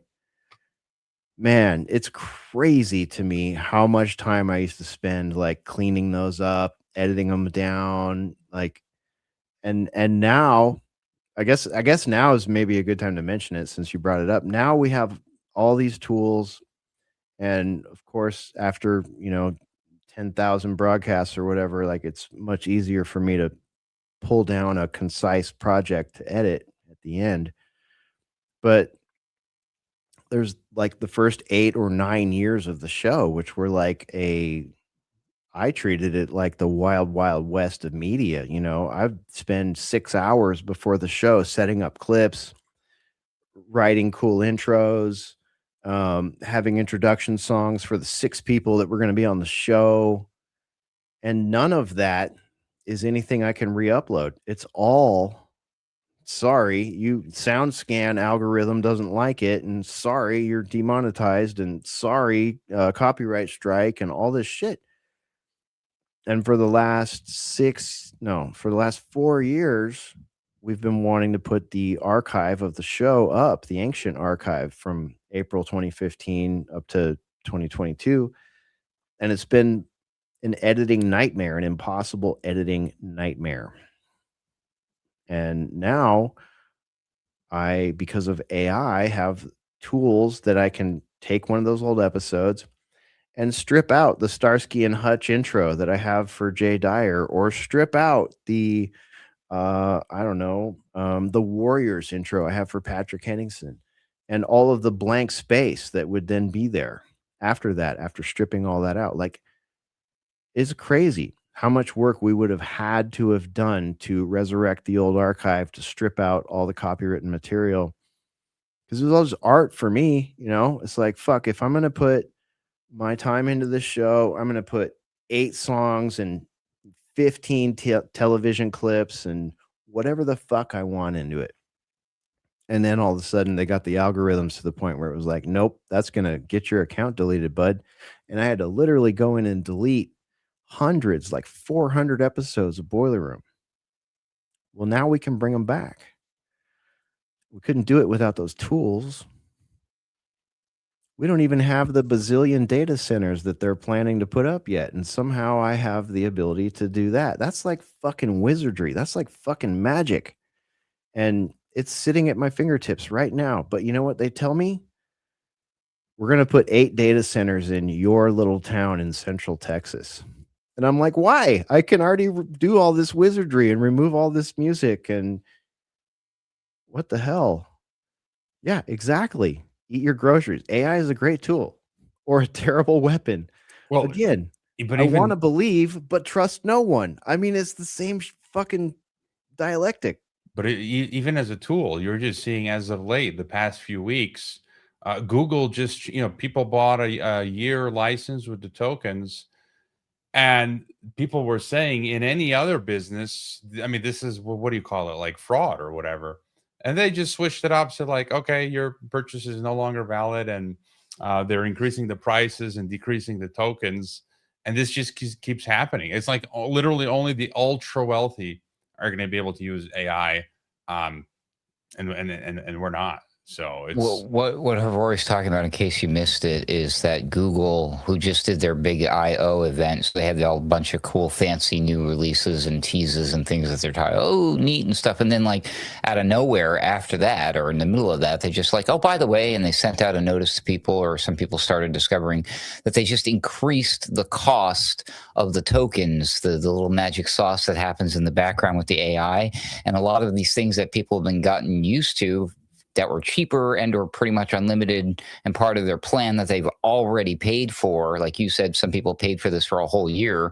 Now it's like they do like their normal workflow and they only did like 1 or 2 out of the 100 things they're used to doing. And now they're limited. So sorry, you've reached your limit. And then I've also seen articles and heard stories where people are just like, once they go past the limit without them being asked for their permission, thanks to agents, usually AI agents going out and doing it, they're getting billed at the full price of the API. And so they're like, why am I getting a bill for like hundreds of thousands of dollars from Amazon or Google or whatever it is? And like, what the heck? Yeah. So it's just like a damn drug. So the drug dealers gave out the little AI drug candy addictive shit for free or at a cheap price. And now they're starting to rein it in already. And that's how they're going to cut people out. Shout out to Jason Burmis. He's been saying for a while that the AI is just going to, the rug is just going to be, we're just not going to have any access to it whatsoever.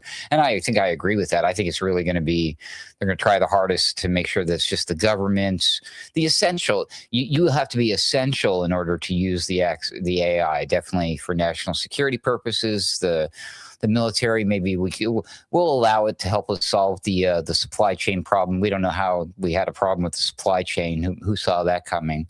That type of thing. But we, the people and the content creators and all these folks who think we're going to use it, I don't think so. Maybe the platforms themselves will be allowed to use it. They'll take our digital twins and our dead likenesses after we're deceased, and that way, we can promote Coca-Cola and the hantavirus vaccine on our social media while we sit in our coon pods collecting UBI, or not collecting UBI because we prefer to listen to Megadeth. Right? Gooning. We'll just be gooning. What? My drug dealer didn't give me a freebie? Man, Huffman, where are you at? What's going on here? You got to find a better spot. and Pizza Hut. They killed the 100 franchises of Pizza Hut. They were obligated by the franchise owner, by Pizza Hut headquarters. They forced upon him some AI system, which completely destroyed his service, and now he's suing for $100 million. So I think we are seeing examples of where this stuff just doesn't work. Yeah, and some of it does, some of it doesn't. And you know what Pizza Hut is doing right now? I actually saw a tile or a headline this week that said Pizza Hut coming back with new retro style, building. And it's like the old Pizza Hut that we used to go to, before robots and all this other shit.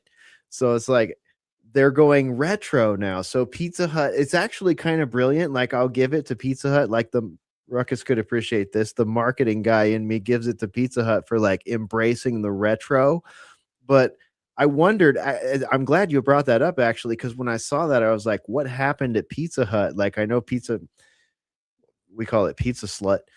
And I know a lot of people do, like, people haven't embraced that brand in quite a while. But when I saw they were like using, marketing based on like, retro Pizza Hut, I was like, huh, interesting. So is there like a sit down Pac-Man table in there? Is it like the old Pizza Huts we used to go to when we were teenagers? I don't know. I Bring back the Book It program and you get a free personal pan pizza if you read 3 books and you got your stars. NBA Jam. I'd be bugging my mom for quarters to play NBA Jam. What do you call it? What the arcade? Yep.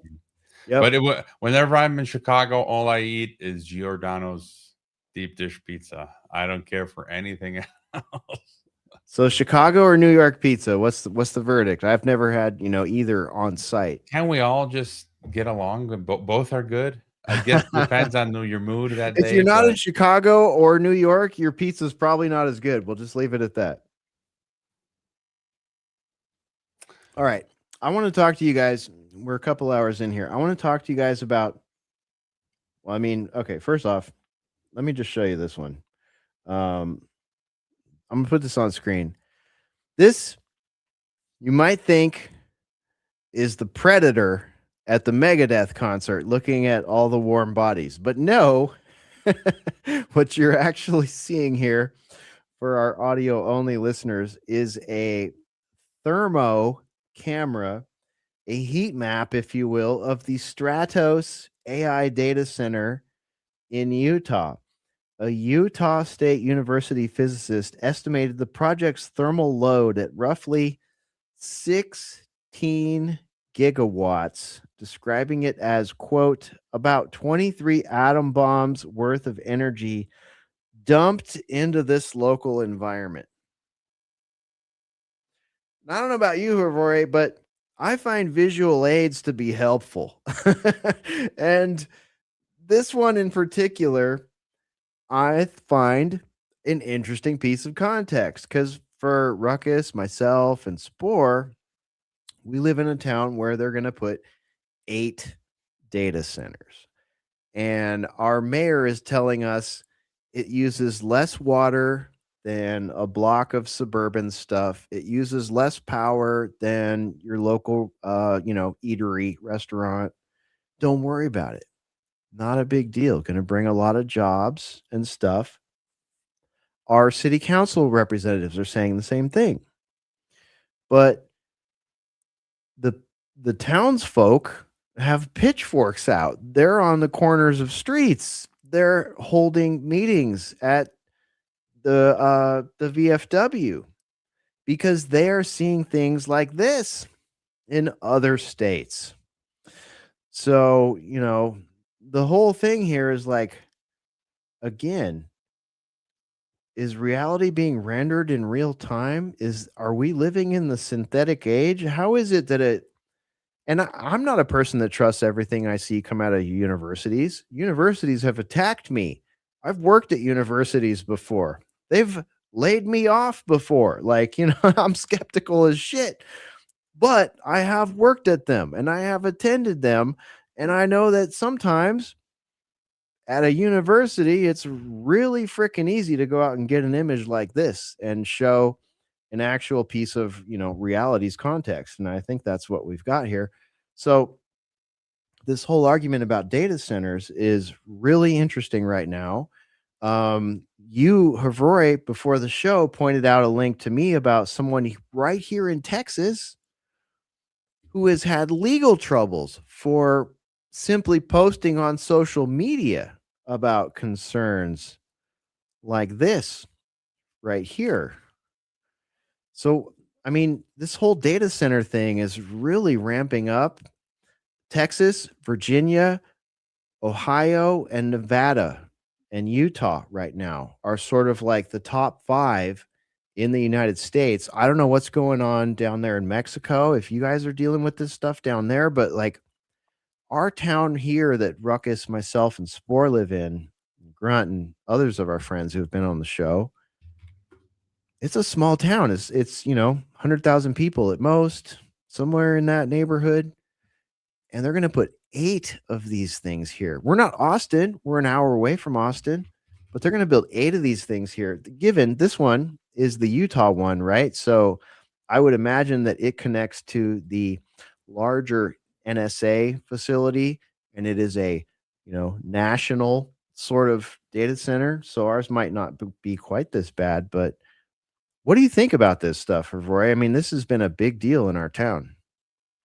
I just had something for Mexico in my daily news junkie process.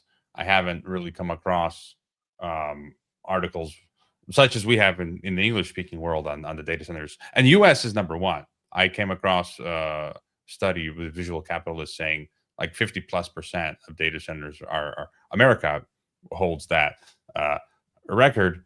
But I think I'll have to do some research, but I just did a quick search and, I think they are quietly rolling out data centers as well across Mexico. I just think the average Mexican will care less than the average American, as we're seeing. And I just had an interesting thought while you were talking for the first time. They are bringing these data centers online that are going to be generating so much heat, right? I've said for the longest time the climate change narrative, one of the real purposes was to get us to believe in the climate change narrative, global warming, so we accept neo-feudalism and accept sort of a Mad Max life with intermittent electricity, and we get the solar and wind because they're going to take the coal, oil, gas, whatever for the data centers.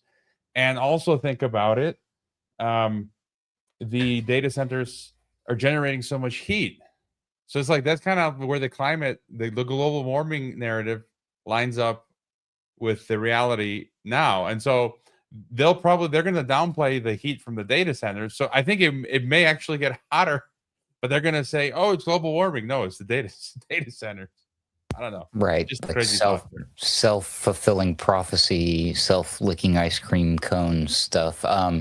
That's interesting because there's a lot of those studies that are out there. I'm sure you have seen them, where they're like when we measure the heat of cities, it's just because it's an urban setting, and then also because of the buildings and the materials and the pavement and the concrete and the roads. This is where they're registering. They're like, see, it's so hot here on the planet, but where they're registering these temperatures, there's other factors that are increasing that amount of heat in that area where the data is being collected. So yeah, I mean, you cram these data sets. I mean, there's a lot of them being built. I mean, we hear about the top headline level ones like Mr. Wonderful there, Shark Tank billionaire Kevin O'Leary, who's just making a complete ass of himself.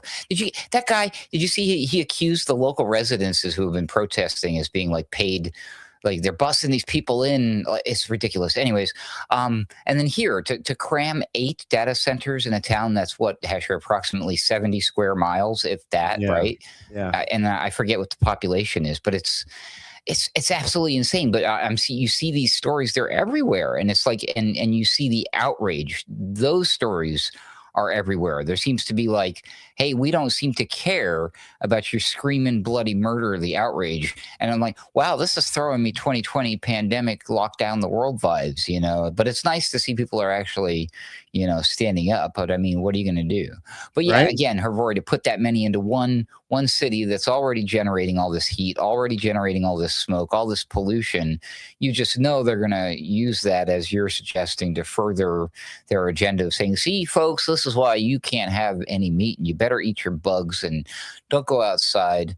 Yeah. Oh, I'm sorry you're having trouble sleeping there at night because of the brightness from our god-awful, like, data centers. This is crazy. Let me just add, and I told you that I knew Mexicans wouldn't care, and I just searched an article. I know Mexicans. They they're less interested in, on average, right? There's still Mexicans who have that Zapata Pancho Villa in them, but I've come across Viva la raza.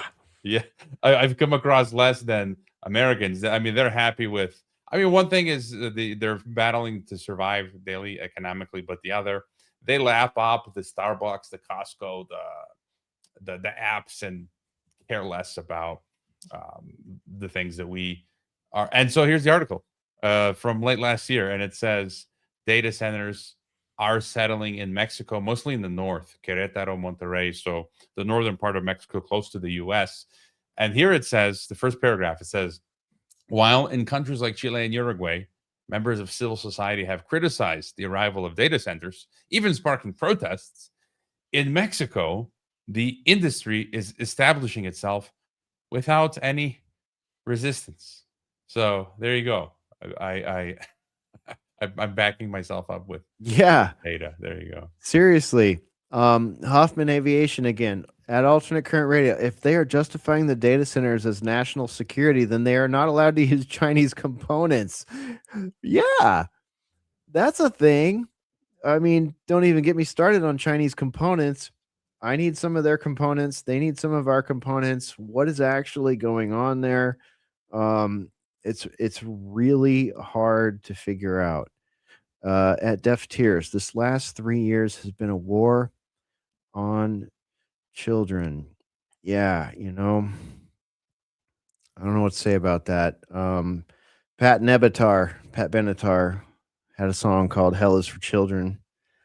And that is immediately what I think of when I read that comment. Unto Others did a great cover of it recently. Let's see here. Tuggy Levi. Well, it is as long as dollars are printed. Well, they're kicking that can into the virtual world, aren't they? They With sure are. tokenization. So I was reading Miles Harris was on his. I had him on my podcast. He's got a really good channel. He just spoke to that on the Substack note. Let me if I can see if I can pull that up. He said, remember when Scott Besant said they were going to monetize the asset side of the balance sheet? He's got a chart here. It says for decades, public debt helped keep private wealth inflated. He says, well, make a long story short, what assets get monetized? And so basically, like, our assets are going to become like the collateral for in this new system. But basically, I mean, Patrick Wood has been doing great work on this recently. So basically, they're going to pull our assets and assets out from under us. So The great tokenization of everything. Yeah.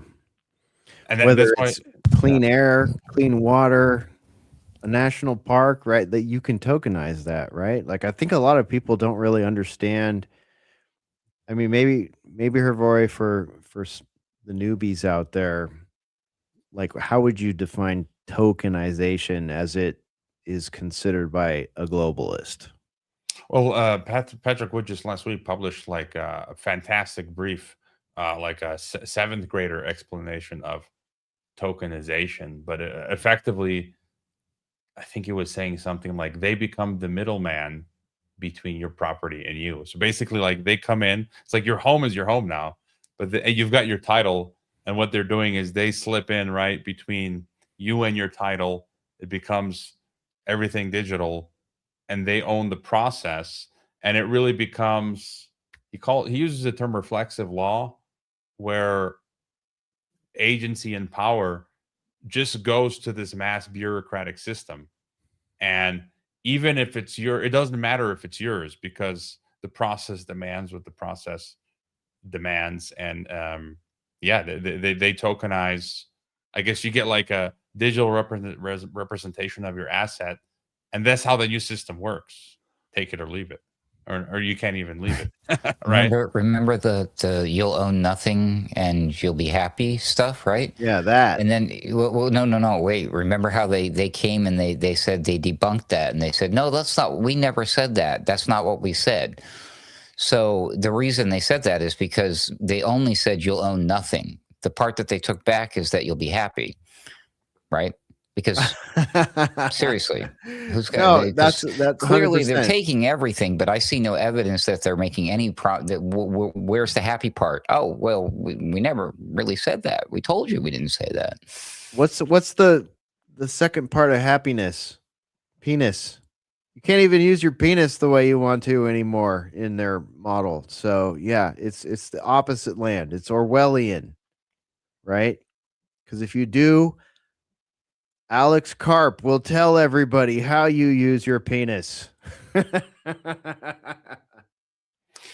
at the same time, I wonder, like, okay, they're building out the data centers in every country now. So I'm reading now in Mexico, every coming out. country and in the United States, every state. Like it's a matter of in our country, it's a matter of how many do you have in your state? In my state, we're gonna have 238. How many you can have in your state? How big are they? That's the other thing. How big is it, right? Like speaking of penises, how big is your fucking data center? Utah. Oh, Utah. We all bow to the largeness of your fucking penis with your data center. Utah already had, and I've said this on Sunday Wire, I said this on Boiler Room, Utah, not only do you have Skinwalker Ranch, woo, Bluebeam loves that, but, and the Mormons run it, but you also have the NSA data center that's been there since what, 2010? They started building that in 2009, finished it in 2011, 2012, something like that. Hugest fucking data center in the country, maybe the biggest one in the world when it was, you know, when the flag was posted in it. But guess what?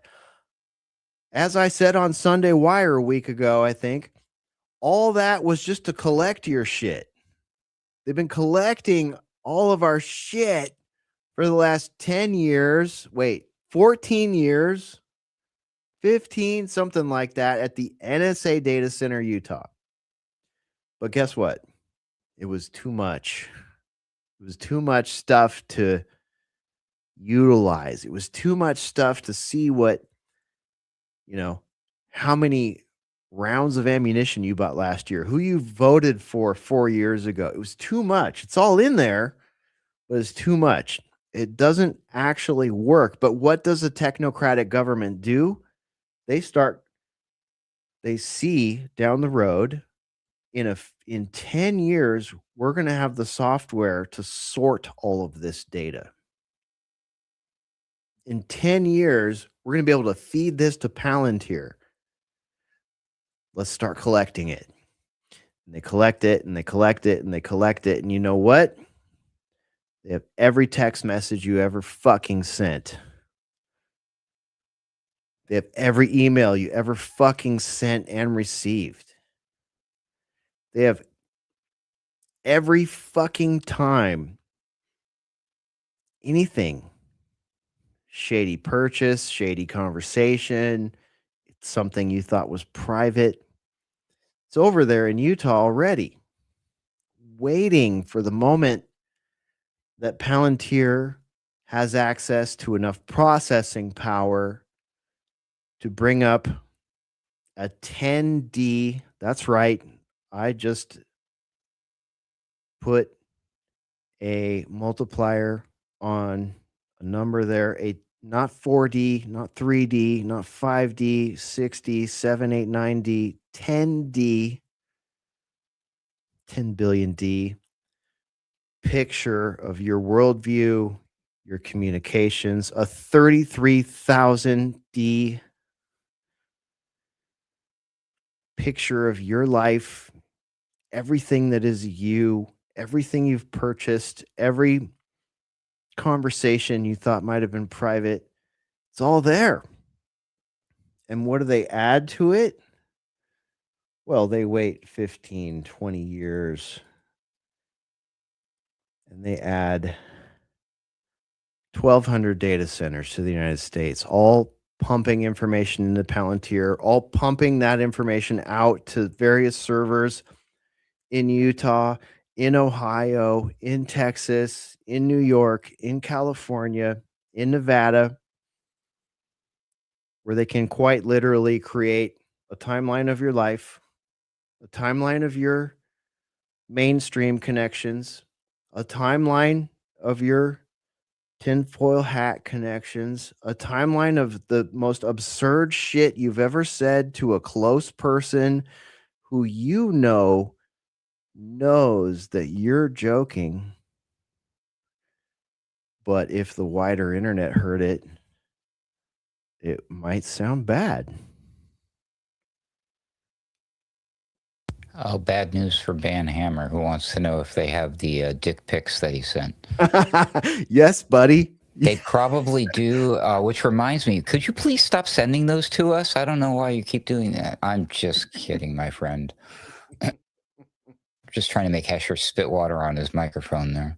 Beer. It would be beer on my beer. microphone, which would be worse than the coffee I've spit on my microphone, my mixer, and my keyboard in the past. So thank you for. But I think that's what Hesher meant when he said that all the things you did in private. Yeah, imagine. What is private? All of those things. Yeah. Like, what is the definition of private now? Can I point out one of the obvious things before Hrvoje beats me to it? What kind of mindset is that? These people, they want to be like God, right?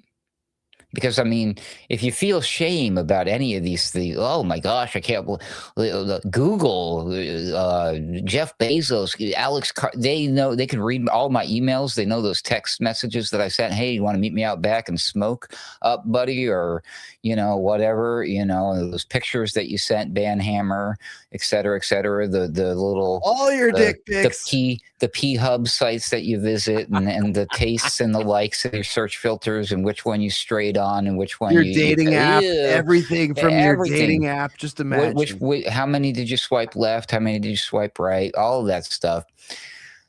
God probably, I'm guessing, knows all those things too. So for these people, but God is not going to hold these things accountable to you as blackmail. He might hold them accountable to the eternity of your soul. That's on you to determine. Do your own research. Results may vary, but yes, it just seems to me like, again, they have this mentality, this mindset that they would like to replace God. And man, what is that? That is some ultimate psychopathic hubris, I suppose, and or possibly dangerous if indeed God is real. Just saying, My sort of question after what Hesher laid out was, okay, we get all that. So they're onboarding the data centers, and that's going to be running the algorithm ghetto, the social credit system, the Palantir, all that. But I just wonder how long, because of, I mean, the money that's going into all of these massive complexes. First of all, that money they have to get back. Then the all the hardware that goes in that has to be replaced eventually, right? The drives, then the energy required, and then the damage, the pollution that's going to be caused. Maybe I wonder after how many years is it called the Ouroboros? The snake starts eating its own tail, because who are they going to be making money from as well if we're all going to be a permanent underclass and the robo dogs are going to kill us? So, like, at some point, they're going to just not have enough resources to keep this thing going. I don't know. I mean, what right? Like, this is okay. This is one thing about what, someone help me here. What generation warfare are we? Are we in third generation, fourth, fifth? Fifth. Generation. We were in fifth the last time I past. checked. Yeah, we're fifth, but I'm pretty sure that there is a sixth or a seventh that we're not aware of. Yeah, because the powers that should not be create those and manage them and deploy them at a rate that we can't keep up with. So if we're sitting here thinking this is third generation warfare, this is fourth generation warfare, holy shit, this is fifth generation warfare. It's like, no, this is X to the X generation warfare. We don't even know what this is right now. Like, we're kind of like fighting a fight with one hand tied behind our backs. We're trying to build a puzzle with one hand tied behind our backs. And what does that leave us with? Where do we end up? We end up like the people in Tahoe. Okay. My grandparents owned what we referred to as a kid as a cabin in South Lake Tahoe, right? Really, it was a really nice 3-bedroom house. Wall Street Apes, take it for what it's worth, says, oh my God, it's true. 49,000 residents, mostly on the California side of Lake Tahoe, are losing access to 75% of their electricity supply after May of next year, 2027. Their power is being given to data centers. This even affects their ski resorts and casinos. Liberty Utilities buys 25% of its power from its own Nevada solar facilities. The remaining 75% has come from Nevada Energy, Nevada's main utility. Nevada Energy notified Liberty it will not renew the contract after May of 2027, citing its own resource needs driven by massive data center demand.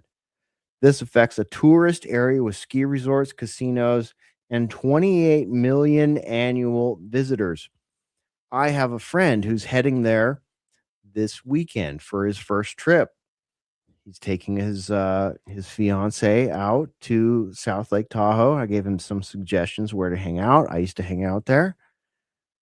And then as soon as, again, the synthetic age reaches me and I pull out my black mirror device here with my chug on it,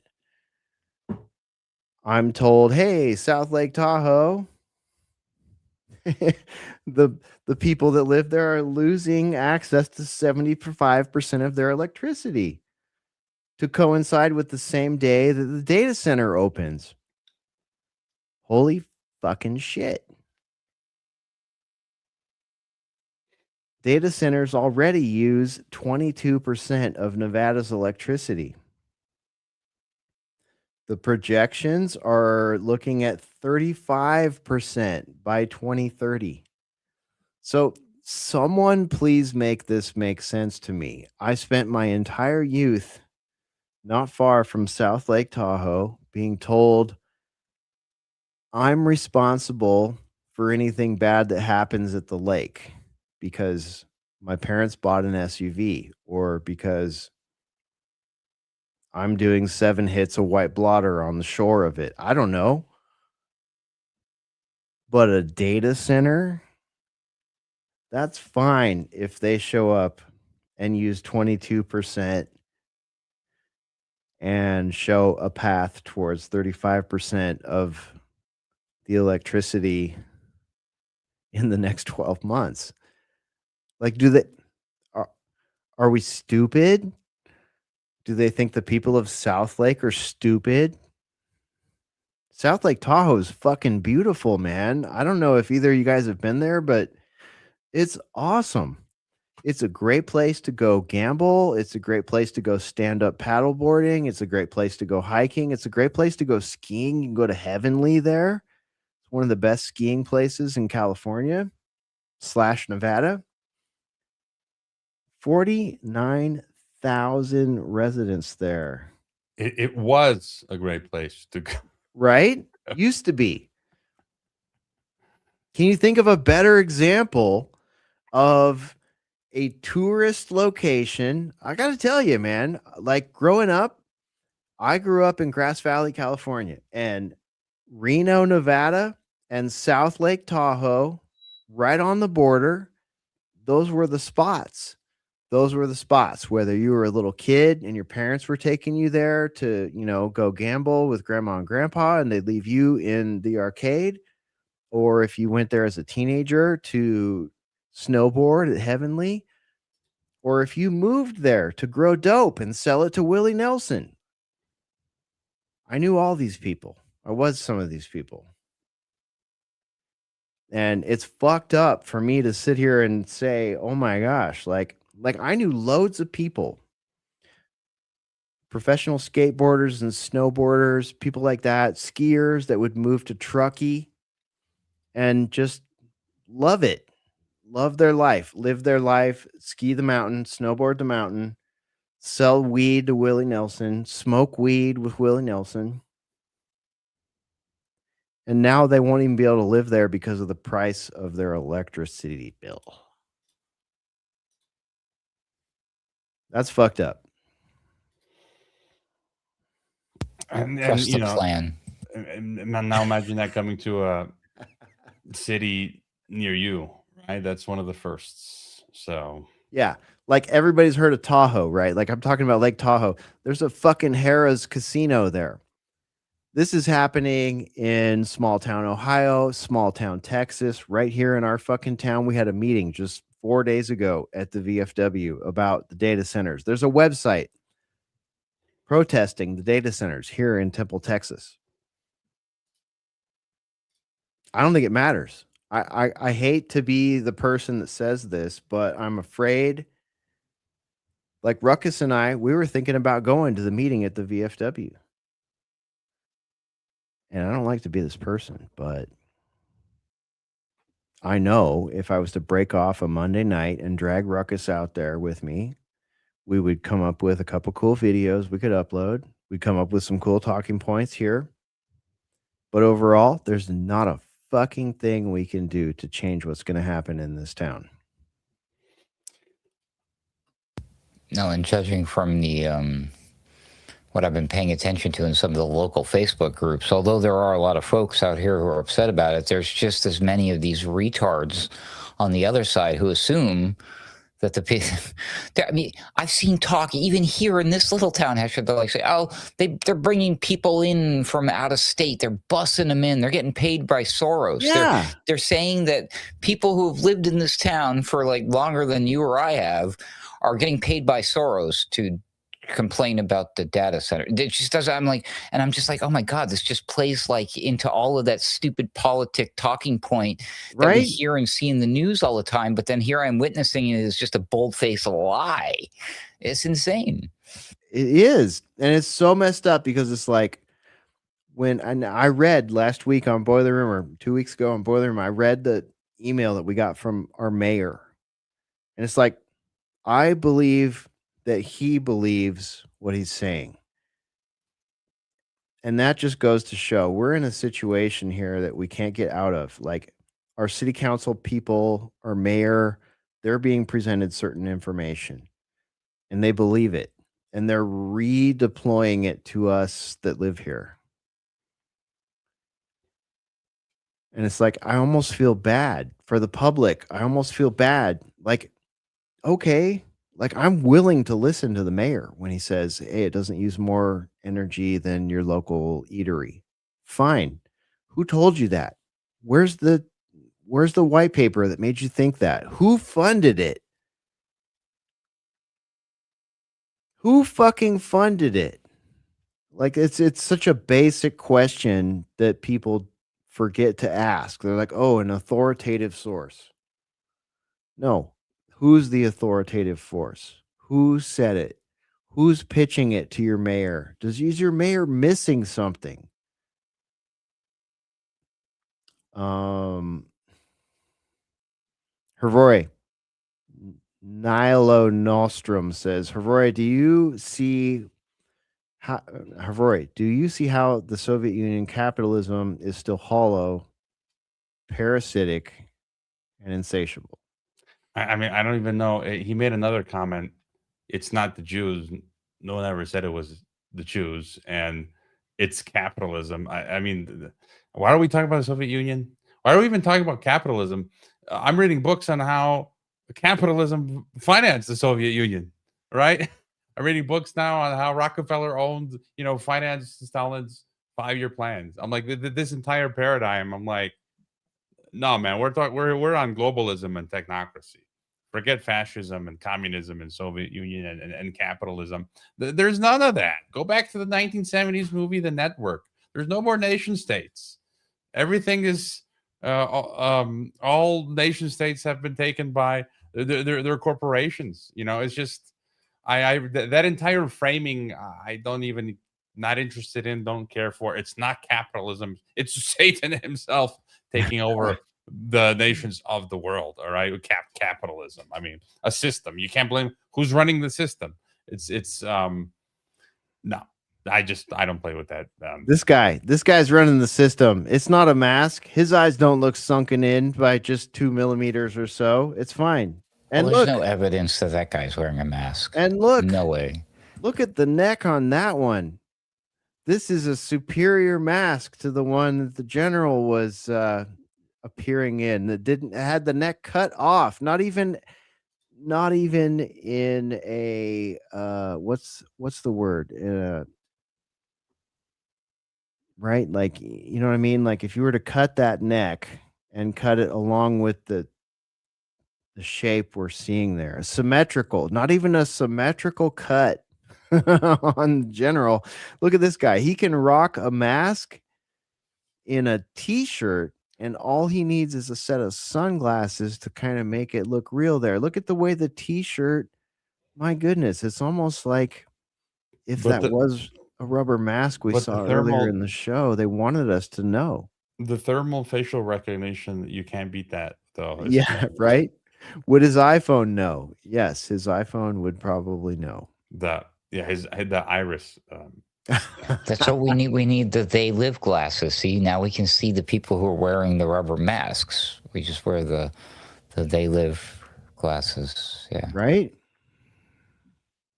I get my last thought on the capitalism thing is again, how do you blame capitalism? The problem of the Earth and humanity is sin. Sin is our problem. The love, it's not capitalism. It's the love of moneyism. All right, that's all. It's a universal since time immemorial. If you want to, that's what I would replace with capitalism. Is the love of moneyism, and sin is the root of our problems, not these subsequent systems. So I read anyway, in the Bible somewhere that Jesus was a carpenter, and some of the disciples were things like fishermen. They had like professions and stuff, like they worked, right? Oh, yeah. Who'd have They weren't thunk like communists or anything. Yeah. I think these are a bunch of trolls because they're just random comments that don't really make. Well, you just never know, and I just don't care enough to try to find out. We've been getting a lot of that on Sunday Wire over the last few weeks here, so I assume that means we're over the target, but you never know. All right.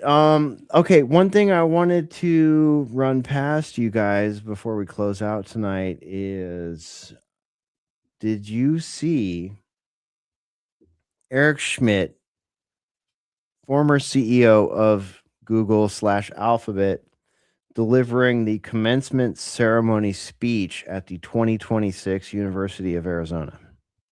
Yeah, I saw a clip of that. Holy crap, man. This is phenomenal. This is my personal media highlight of the week. And I just love the fact, I know I shouldn't, maybe love isn't quite the right word, but the dissonance that dwells inside of me so resonates with the people at the University of Arizona's 162nd commencement ceremony booing Eric Schmidt. That's right.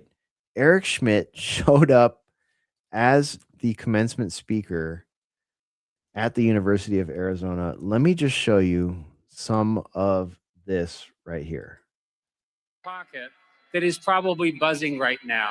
He's talking about the device in your pocket probably buzzing right now. He's talking about the miniaturization of technology, which of course leads to the ubiquitous computing / AI that we've been talking about tonight.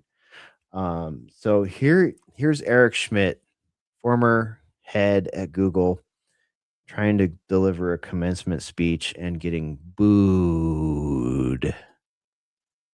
And the optimism of that era, and I remember it well, was overwhelming. We believed that connecting every human being on Earth to each other, and I really believe this, and all of the world's information would be an unambiguous good. We believed that it would democratize knowledge, lift people out of poverty, and make us wiser and kinder and more curious about each other.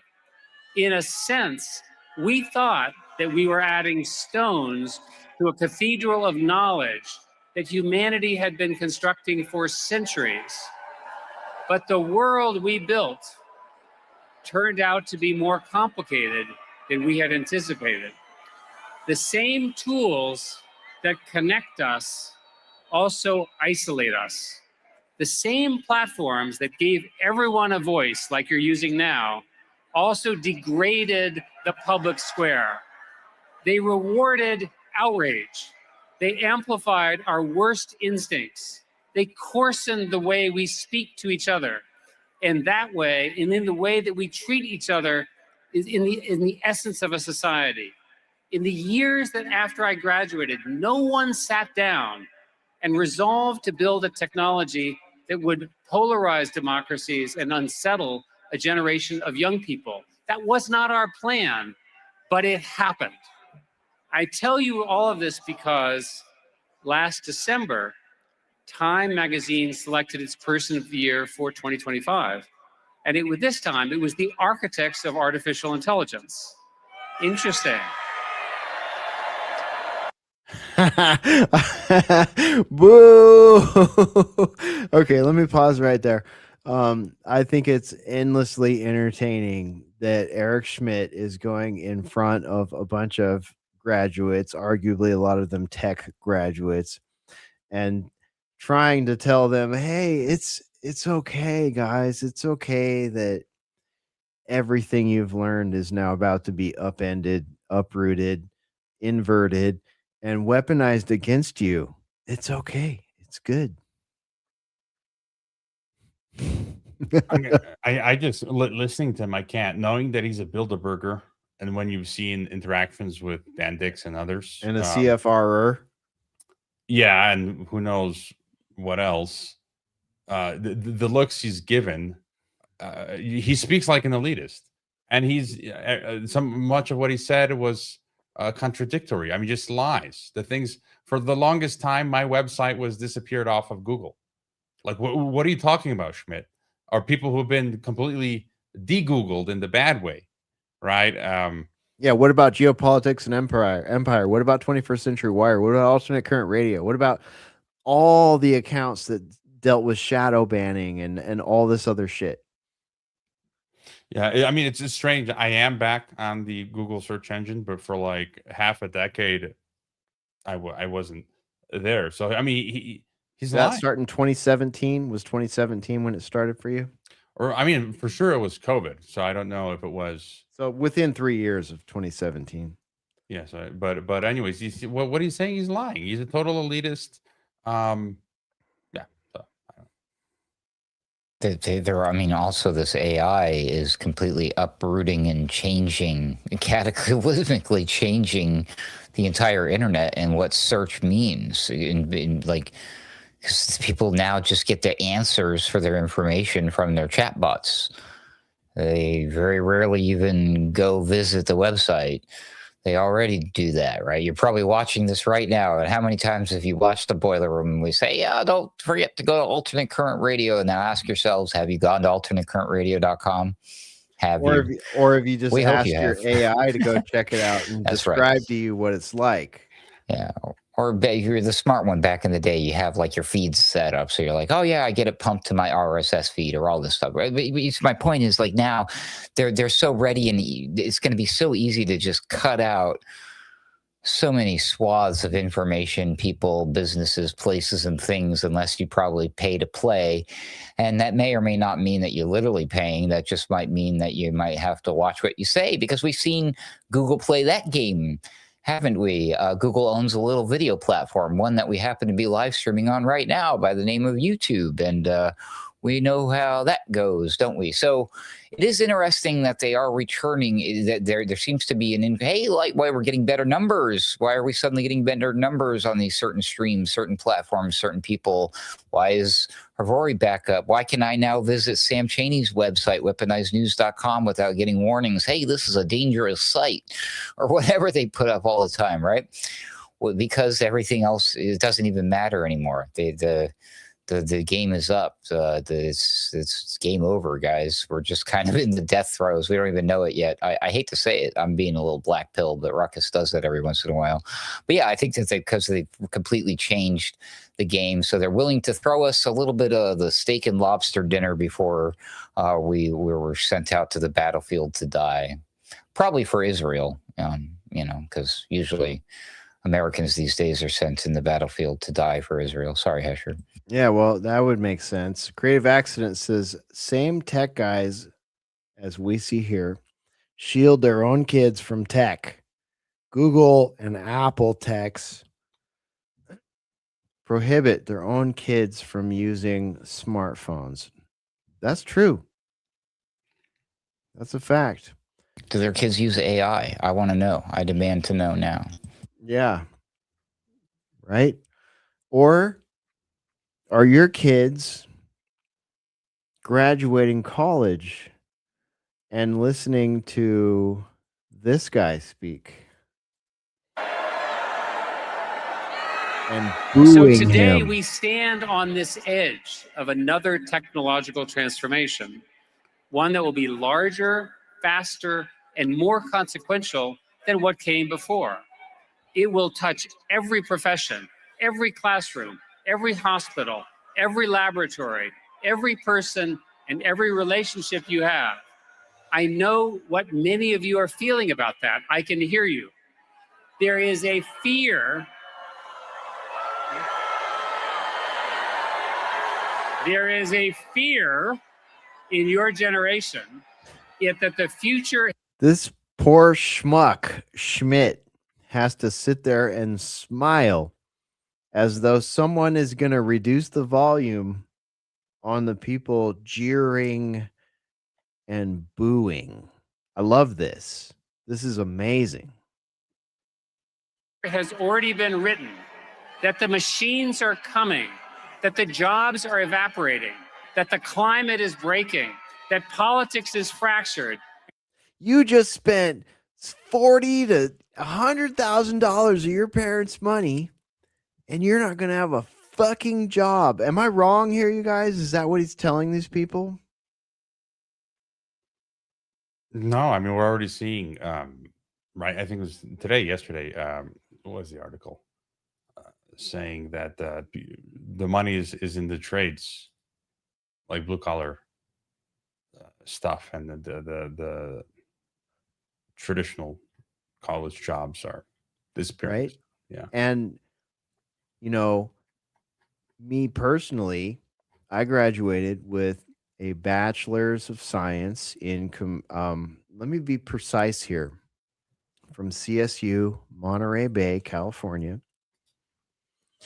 Bachelor of Science in the Telecommunications, Multimedia, and Applied Computing discipline. No one says telecommunications anymore. No one says applied computing anymore. So let's just call it a computer science degree. You want to know what year that was? It was Y2K. For those of you that are young, that were children in Y2K, not only was there a grand failure of a psychological operation called Y2K, in which they told us the computers are not able to handle going from 1999 to 2000. This might make the planes all fall out of the sky and the monetary system evaporate. Okay. Well, lucky for me, I was more into major ed dames and I was more worried about a coronal mass ejection. Turns out neither of them were actually worth worrying about.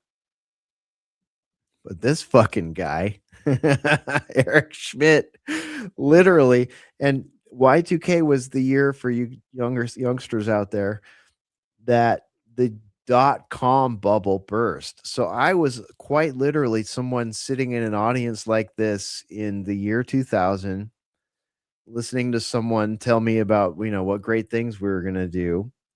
While at the same time, if I went to the newspaper or a message board, which is what we had in that year on the interwebs, if you believe that, it would tell me that, hey, this was bullshit. This whole .com internet thing, you have a computer science background, you're going to be the best and the brightest, you're going to get hired at Google, you're going to get hired at Yahoo. That's right, Yahoo was big back then. You're going to get hired at these campuses. On my graduation day, it was basically the day that it was like, yeah, we told you all that, but that's not really the way it's going to be. That's what's happening here with Eric Schmidt. He's literally sitting there in front of a bunch of tech graduates and people that are competent and people whose parents have paid $30, $40, $50, $100,000 for them to get their fucking master's degree or their bachelor's degree, and telling them, guess what? Me and my buddies back in Y2K, we just leapfrogged you. You're not going to need a fucking job. And you should be happy that AI is here to take your job. Oh, well, they're just gonna sick the robodogs on us. Right? It's cheap Metalhead. It's Metalhead from Black Mirror season 1 or 2. The cheap Japanese cardboard kamikaze drones that I read about the other day. Yep. Kamikaze drones made of cardboard. Could you imagine losing your freedom, losing your fucking life to a government controlled cardboard winged fucking drone? You don't even imagine this. You don't even fucking deserve the Boston Dynamics production metalhead dog from Black Mirror. All you get is a fucking recycled Amazon box with some C4 attached to it. Like, that's where we're at right now. Like, we're quite literally, we talked about this before the show, but that's quite literally where we're at.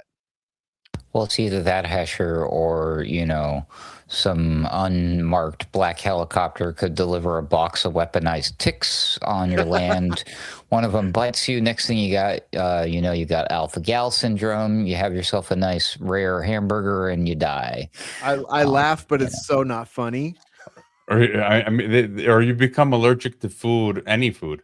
Yeah, all of it. Eggs, fucking nuts, fucking whatever, right? I mean, I just had a flashback to the cafeteria where I worked at the school in Kazakhstan, and we had two girls came. They were MIT, exchange students for 2 weeks, and one of the girls was a black girl. She said, "Oh, does it have peanut butter? I can't have peanut butter."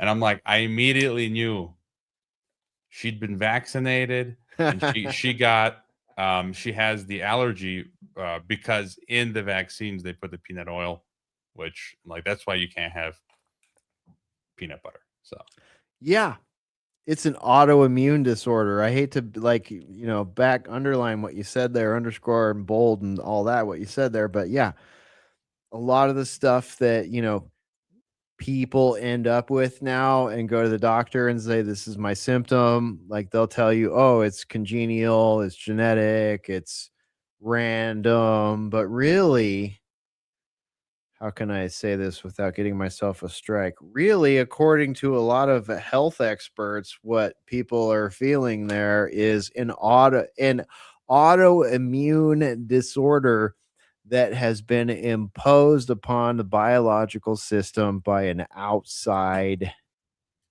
force, entity, person, science, etc. So the robo dogs are for cleanup and control after the extinction level event. I think that's where Terry Wolf was going in his follow-up article to the one that I was talking about earlier. He was especially describing and pointing out why this obsession to make the robots humanoid. And he was saying because the robots would then be able to be operated remotely from underground to then go do the cleanup, because they can get inside of the places and machines and do all the stuff that are already built for the humans. It makes perfect scary sense, but it was, again, another fascinating thought exercise from Mr. Terry Wolf. Shout out to Terry. Yeah, Terry Wolf's great. He's been on the show with us before here. If you're not following him on Substack, if you're not following Hrvoje on Substack, I don't know what you're actually doing on the internet. Maybe you just haven't discovered Substack yet, but if you do, and I recommend that you do, those are probably the first two we would recommend, Terry and Geopolitics and Empire. Eat Your Groceries says the robo-dogs are for cleanup and control after the extinction level event. Yeah, man, it's like I said, you don't even deserve the Boston Dynamics robo-dogs that you would see in Black Mirror. You deserve the recycled Amazon. You're just a pleb. You're just trying to eat your groceries, and there's no fucking groceries left anymore. So, you get the low tech, low cost death of a recycled Amazon box with a quadcopter attached to it and some C4. So, or the ticks, or if you can't eat your groceries, you can do what Alex Jones is going to do and eat your neighbor's ass. Or the upcoming hantavirus and Ebola injections.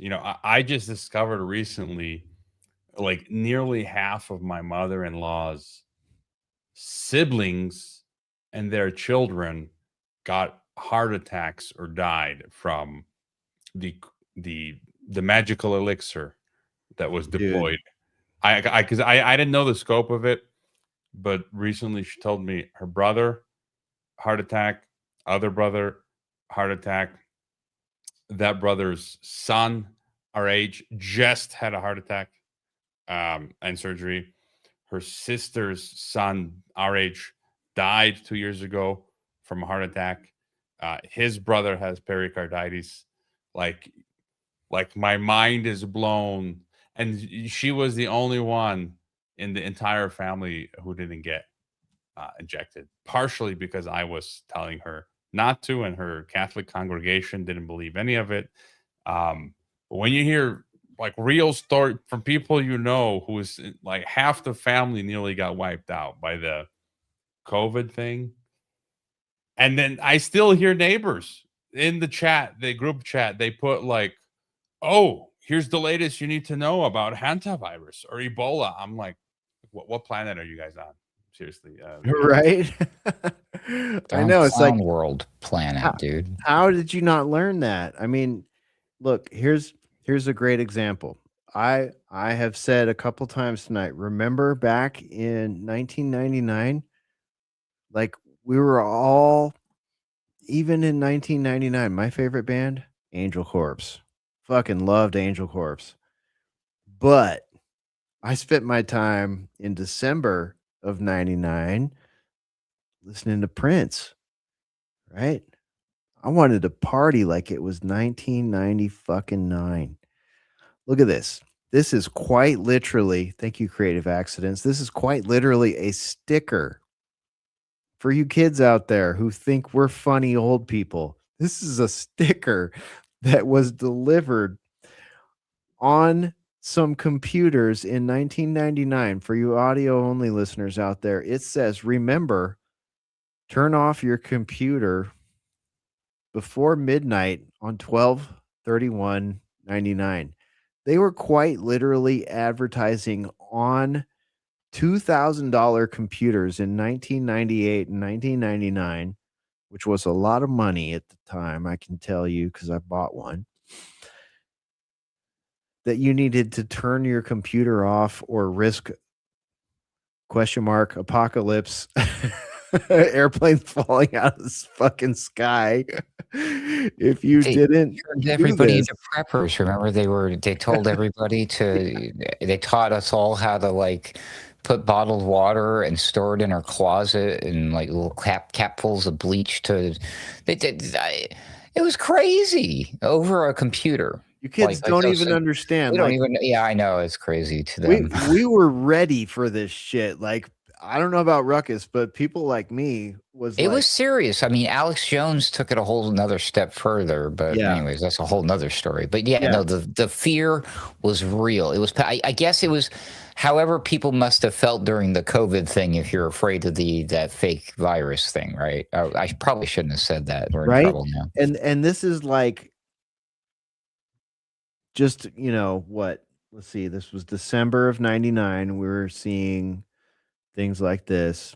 And then by 9/11 of 2001, all of a sudden it switches. It's like, oh, that wasn't a big deal. But you know what is a big deal?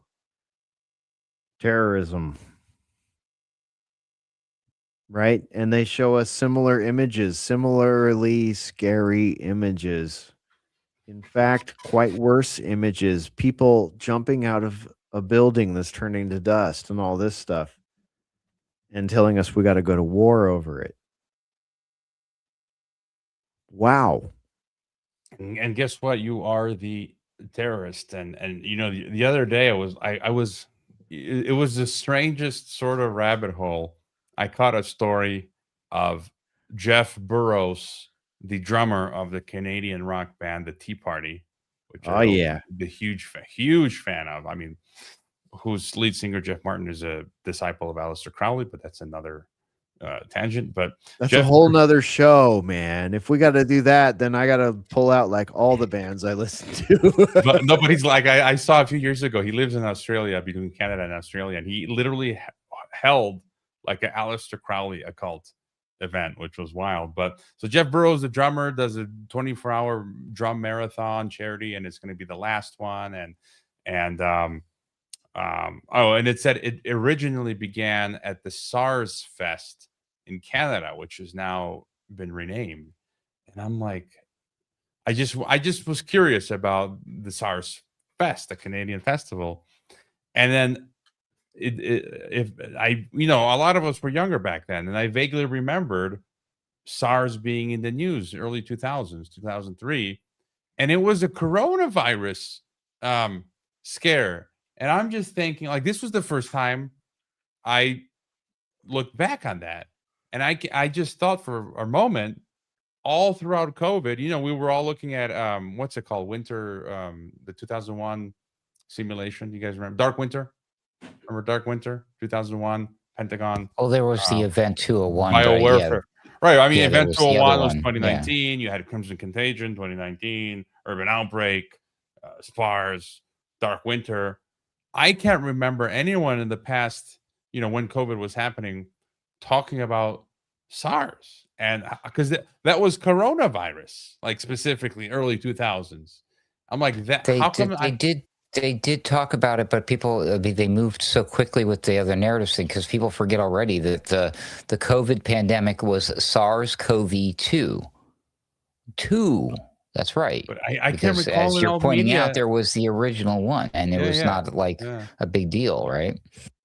But I think it's important in realizing the fraud of, COVID, the first one. And I can't remember in old media anyone ever bringing that up, digging it up, analyzing. And I'm like, how did we miss that? Because that is the part, I think, part of the important arcs in the story. But anyway. Yeah. Well, I got to give a huge shout out to Patrick Henningsen here, because, Patrick and I are in about as good a contact as someone can be in with Mr. Henningsen. And like, I distinctly remember this one day where he sent me a video of, I don't know, it was like Robert Malone or one of the other Dirty Dozen people, the Disinformation Dozen or whatever they were branded as. Like, some of those people, completely legit. I'm not going to mention any names here, but some of those people in that list figured out a way to monetize the whole COVID thing. And I remember very distinctly, and this is one of the reasons I've like stuck with Patrick over the years, because I can't tell you how many times I've had an experience like this with him, where he like sends me something. He's like, do you trust this? Or, do you think, like, you know what I mean? And he's really good about putting his hypothesis into a question. Like, if he's curious about something, I get a genuinely curious, question about it. And it was like, do you feel like there's a gravy train being set up here or something like that? And I was like, yeah, it's a little weird. Like, these people that you mentioned are all saying some of the same things I'm thinking and people in my audience are thinking, but at the same time, like, it's also really clever the way that they like take it all, like they'll agree with. And I've interviewed a lot of these people on TNT, some of them were regulars. You know who you are. And it was like, they would take the whole like skepticism of COVID thing all the way up to lab leak. But they weren't willing to go any further than that. They weren't willing to question things that like our colleague Alex Zek questions, and multiple other people who are sort of attached to the whole like terrain theory.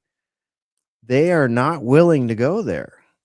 And you might ask yourself, why? And it's like, well, they're selling a product, and the product relies upon the viewer or listener's fear and willingness to embrace fear and say, yeah, I want your product.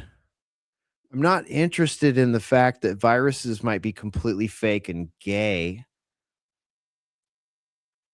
I'm concerned that someone's doing GOF on this pathogen, and I want to buy product A, B, and C to cleanse myself from said pathogen. But it's like, if you were really a fellow traveler with people like myself and Henningsen and Zach, and I know Hrvoje, you and I have talked about this before, and it's kind of been like a gray area. Like, I'm not exactly sure. There's a lot of argumentation about this, but I'm interested in it one way or the other. Like, that seems to be the linchpin, the long pole in the tent in the argument, right? You know what I thought I had this week with seeing them at it again? Tedros the terrorist, Mike Ryan. Tedros has some new sidekick, probably from Ethiopia or something. I'm more of like both. What is it? Terrain and germ. Yeah, like, where's the Venn diagram? I'm in there. Right, but it's almost to the point where now. By the way, I had Andrew Kaufman invited me on his podcast a few weeks ago. I'm a fan of Kaufman. I haven't responded yet, but he invited me on his podcast. But it's to the point where Tedros, Mike Ryan, the WHO are almost now convincing me to go full no virus, because I just can't anymore with this hantavirus, Ebola, monkeypox, meningitis, measles. Right, like no virus feels like a safer island to stand on. I don't even need an Alex Zek or Andrew Kaufman. It's just themselves now. It's so clownish. I'm like, I'm done with you guys. Dude, I 100% agree. Like, any like question marks I had leading up till now, like now hantavirus, it's just like, okay, I'm going to go stand with these people. At least they seem open-minded enough to like accept a viewpoint and consider it, as opposed to the Tedros types. Like, when I saw your post about that Mike Ryan guy, I thought all of a sudden you were starting a war with Mike Ryan from Today's News Talk, and I was like, oh no. And then I realized, oh, he's talking about a WHO fucking clown here with the same name. So yeah, that whole thing, that was my introduction to today. By the way, I told Ruckus and the guys, like, the first thing I saw was the general with the mask, but really the first thing I saw was what you said about Mike Ryan, and I was like, oh no. We've got drama. Yeah, not quite. Yeah, just that turd from WHO, who we all know is a turd. Okay, so we've got Eric Schmidt. I don't know if I need to play the rest of that. I think you guys get the point. Like, I just shouts out to Shredder for sending that one in to the show tonight. But I thought it was just really interesting to see not Tedros, but the Google guy, Schmidt, try to tell graduates, don't worry, it's cool. You just learned how to do a bunch of stuff that doesn't need to be done anymore. My inventions will save you. It's all good.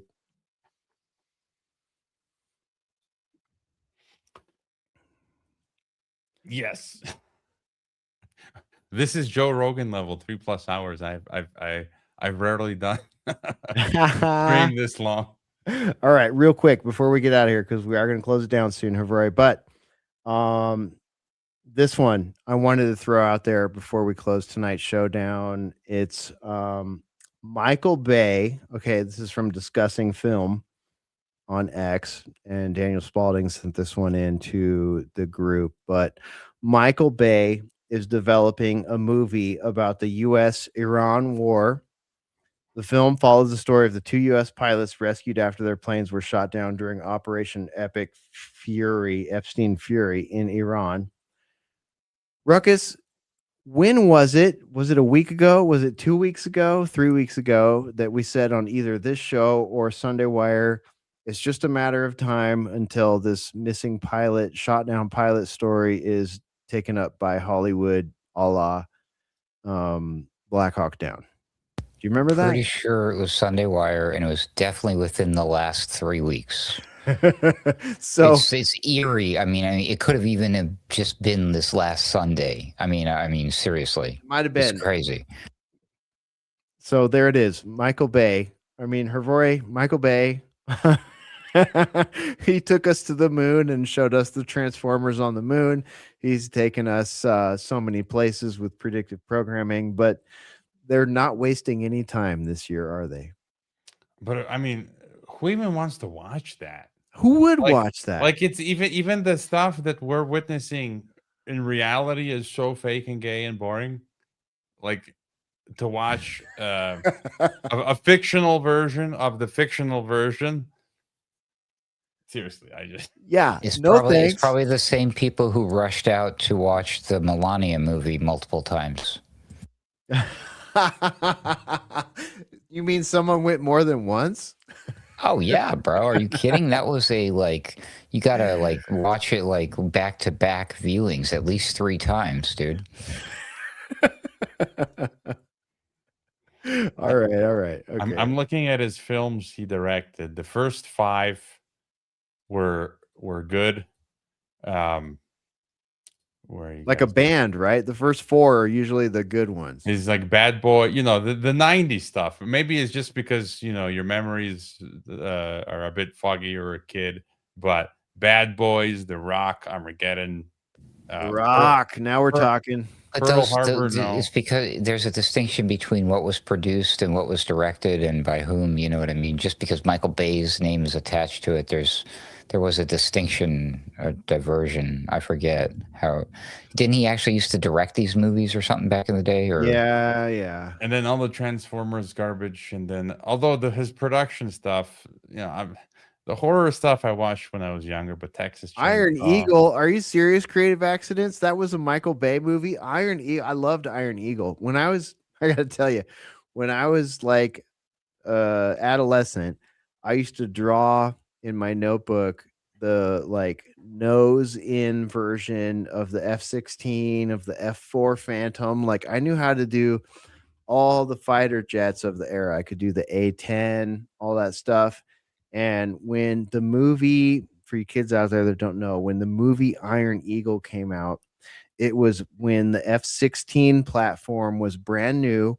And the F-16 at the time, when I was a kid, if I'm not just completely brainwashed here, hopefully, was badass. Like, that was our F-22 Raptor. That was our F-35, and like, I remember having t-shirts of that shit. Iron Eagle was badass at the time. But I mean, I think back about it now, and it's like, I think about, like, say, the new Top Gun movie or any of these weird random movies you see on streaming services. They just don't make them like they used to back in the Iron Eagle days. But AI will make them even better than the real thing. And is Top Gun Maverick, like, how much AI was used in Top Gun Maverick? Like, this is something that who was it? It was one of the comedian podcasters recently, Jim Brewer. Jim Brewer. Yeah, Jim Brewer brought this up recently, which is something I always have thought and said, and we've brought up here in the boiler room before. How long have the movie studios had access to these AI tools? How do you think Princess Leia was actually brought back? How do you think Moff Tarkin was brought back to Star Wars? Like, all these things that we thought were CGI, right? Computer generated images. How many of them were actually artificial intelligence done by people that could afford it, like Industrial Light and Magic or whoever the fuck runs Star Wars these days over there at Disney, right? It's not a far leap. It's Grok, OpenAI, Claude, who fucking knows? Well, Google's new one is called Omni, I think. Omni. Or it might be the new VO. I can't remember. But whatever it is that they just demoed, to where you, in front of your camera, so on your computer, your laptop, or your phone, you're talking to your Google or whatever, your Gemini, whatever the hell it's called. you just say, okay, here, and then you record like a quick, I don't even know how long it takes. It probably only takes like 3 or 5 seconds, but it scans your face. You talk for a second or a couple minutes or whatever, and it gets your voice. And now you can prompt yourself into now you're in a full Hollywood style blockbuster looking whatever, you name it. Now it's you, and it looks like you and sounds like you just from that quick, brief scan. How many It's tokens? crazy. How many tokens you need? Yeah, I know how it's going to cost you though. Your universal basic. They call it Omni for Omnivore on humanity. So like when we get universal basic income imposed on us, is it just going to be a shell game of like which AIs we can actually afford and which streaming services we can actually afford? Like, is that what it's going to be for normies? Like, oh, I don't have a job anymore. That's fucking cool. Oh, I can drink, Willie Nelson's weed drinks legally. That's cool. Like, I don't need to go to work. Fucking A. That was stupid. Where do we go from here? It's gonna look like Blade Runner. I think cities will look like Blade Runner. Actually, you won't be able to. You mean you won't be able to have a job? You won't be able to afford the AI girlfriend that you deserve, that you think you deserve. You we'll won't have be to able work for afford- tokens, basically. Dude, I don't like this. I'm not a fan. I laugh, but I'm not a Hrvoje fan. might be onto something there. That might be. I think because if your needs are going to be met courtesy of your God government, however that works out, maybe part of your universal basic income, there's probably going to be a gamification for all the extra perks and whizzes and bells and stuff. You know what I mean? Like you'll probably be able to hey, report on your neighbor having dirty thought crimes in exchange for some tokens for your AI. I know how this works because this was a decade ago. So 10 years ago, it was maybe 9, 10, 11 years ago, I gamified my high school and undergrad international relations classes. And I was amazed. I socially engineered. I made them do what I wanted to do. There was a guy, I think it was from New Jersey, a teacher who created, he had a Google spreadsheet. So I gamified the entire classroom. Leaderboard, the kids picked an avatar, like a player name, and the leaderboard was live. And I created perks, I think punishments and perks. So once you get certain points, you can get an automatic 10% boost on the quiz and the test. If you had enough, you don't have to do the quiz. You get an automatic A. Right? You steal my lunch. I got a free lunch every day from work, and you can steal my lunch. You get a free lunch, or like crazy stuff like this. And so before I did a gamification, every class you'd have 1, 2, 3, 4, whatever, depends on the day. Kids asked to go to the restroom. Sometimes we were all kids. You want to get out of the class. You're bored. You need to break.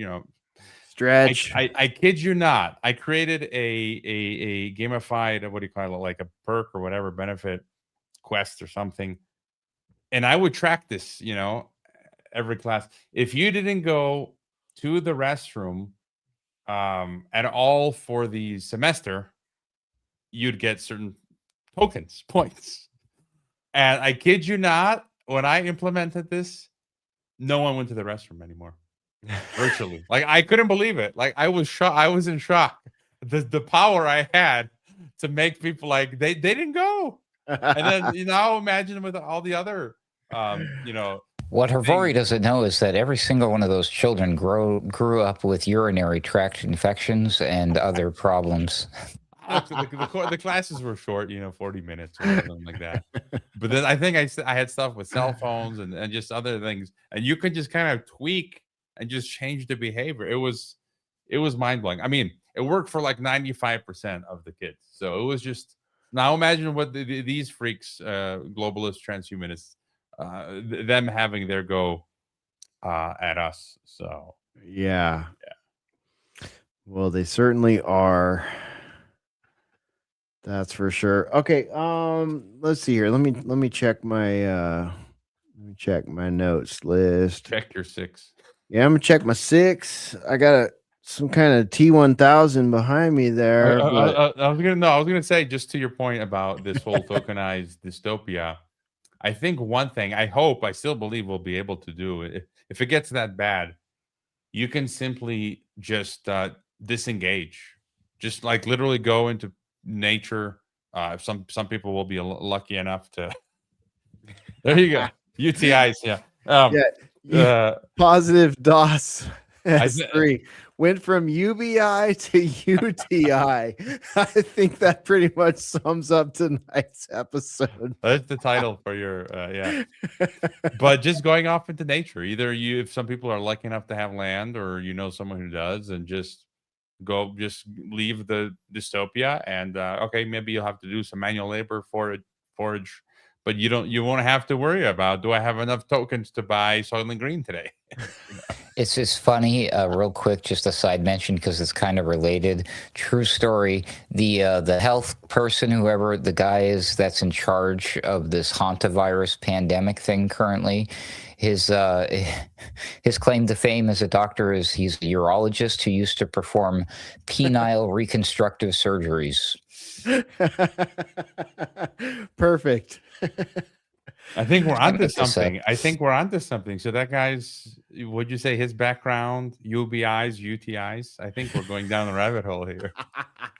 Okay, so ufologists and urologists. There you go. Damn you, for my kidneys are burnt out. Wait, there was something I saw on Twitter the other day where they held a talk. This was like some years ago, and it was supposed to be a ufologist. And they brought in urologists. It was like a real thing. I think you can just. The urologist was like, I don't know anything about UFOs, but I could tell you about your wiener. So he knows more about the spaceships from like the Falcon 1 spaceship, right? He's like, actually, I'm not an expert, but. No, here it is. Yeah, I found it. This was from, I think it was in Argentina. It said radio show accidentally invites urologist to speak instead of ufologist. That's perfect. I love it. I mean, it's the perfect headline for our timeline. All right, I got a clip for you guys. I'm gonna just bust in here because my line producer Creative Accident says this is the timestamp and this is the video. Let's see. Oh, we need to unmute. Of what Colonel Greich said? No, that's all I heard him say was that they said if they had a power blackout, they'd blame it on us. I know they're threatening to nuke us every single week. I've read the Associated Press, Reuters, Interfax News Agency, London Times articles here. I mean, I read Yeltsin and Jiang Zemin's quotes, the dictator of China, and they're saying we'll nuke you. I mean, they spell it out. We will hit you with nuclear weapons. We reserve the right to hit you. 3 weeks ago, their head of their missile forces said we reserve the right to nuke you first. Their currency is plunging. The Egyptian pound is plunging against the dollar, the Japanese yen, the Deutsche mark, and the just all of it. It's and the same thing is starting to develop here in America. Many of the gas stations here in Austin have the little gloves over the pumps saying they're out of fuel. You never see this in Austin, Texas. Right here in South Austin, I've seen several stations. We don't know if this is just a Y2K that was here. That's the Y2K broadcast from Jones right there. If you need a blast from the past, there you go. And that one there, that broadcast from him set like a little mini wave of like an H.G. Wells' War of the Worlds when it was broadcast on the radio, hysteria, panic kind of thing. And Alex Jones got in some hot water for that. But man, he sounds so young and different, doesn't he? Yeah, that's like 10,000 cigarettes ago, right? Yeah, it sounds like 10,000 years ago, too. Jeez. All right, Hrvoje, we've got a urologist was mistakenly invited to a show about UFOs. That's fantastic. I love it. So good. All right, you guys, let's close it down here. We'll go around the room. Hrvoje, got any saved rounds, final thoughts, anything you want to throw out there into the boiler room tonight before we shut it down? No, my brain's been I've been Yeah, I got nothing left. All right. 3 hours and 33 minutes into the broadcast. That's what Hrvoje Morić has to say. Follow geopoliticsandempire.com, Geopolitics and Empire podcast, Geopolitics and Empire Substack. Hrvoje, thank you so much for joining us tonight. Until next time. All right. There he goes. Thanks, A true warrior, Hrvoje. Hrvoje Morić with us. Ruckus, over to you. Save rounds. Final thoughts. Here to a dingo ate me baby. I love that username in Rumble, who said it would be cool for you and I, Hesher, to hop on AM Wake Up, and suggested that Hrvoje could introduce us. Well, the good news for you, a dingo ate me baby. I've been on air with Steve Poikonon before, but it was through our one of my mutual friend, colleague in this space, the Real Nature Boy, on his podcast, The Third Rail. If you missed that, you will find that on our website, alternatecurrentradio.com, in case you can't find it in all the million awesome tweets that those people put out there. And under the roundabout ruckus, there's, I think it was the magic hat question episode. I can't remember. I've been on the Nature Boy show there, The Third Rail, a number of times. But yeah, it would be cool if we would hop on there. I don't mind. It's a little early in the morning, but it'd also be cool if he wanted to join us here maybe one time on the Boiler Room. That'd be fun. But yep, that's a very real possibility. So there you go. A dingo ate me baby. And speaking of shout outs, there's a lot of shout outs going on. So shout out to Sam Chaney, who does have me come on and hop on and do the weaponized news thing, which is once a week. It's either Wednesday or Thursday nights, just depends on what's going on. Shout out to Sam and Mark Bailey. There were some names that you probably were thinking of earlier tonight, Hesher. And let's see, shout out to Patrick Henningsen, who always has you and I frequently join him for Sunday Wire. Love doing that. Looking forward to something like that this weekend. And one last shout out, a surprise wild card shout out for you, Hesher. This is a shout out to Jimmy Jack McDaniel.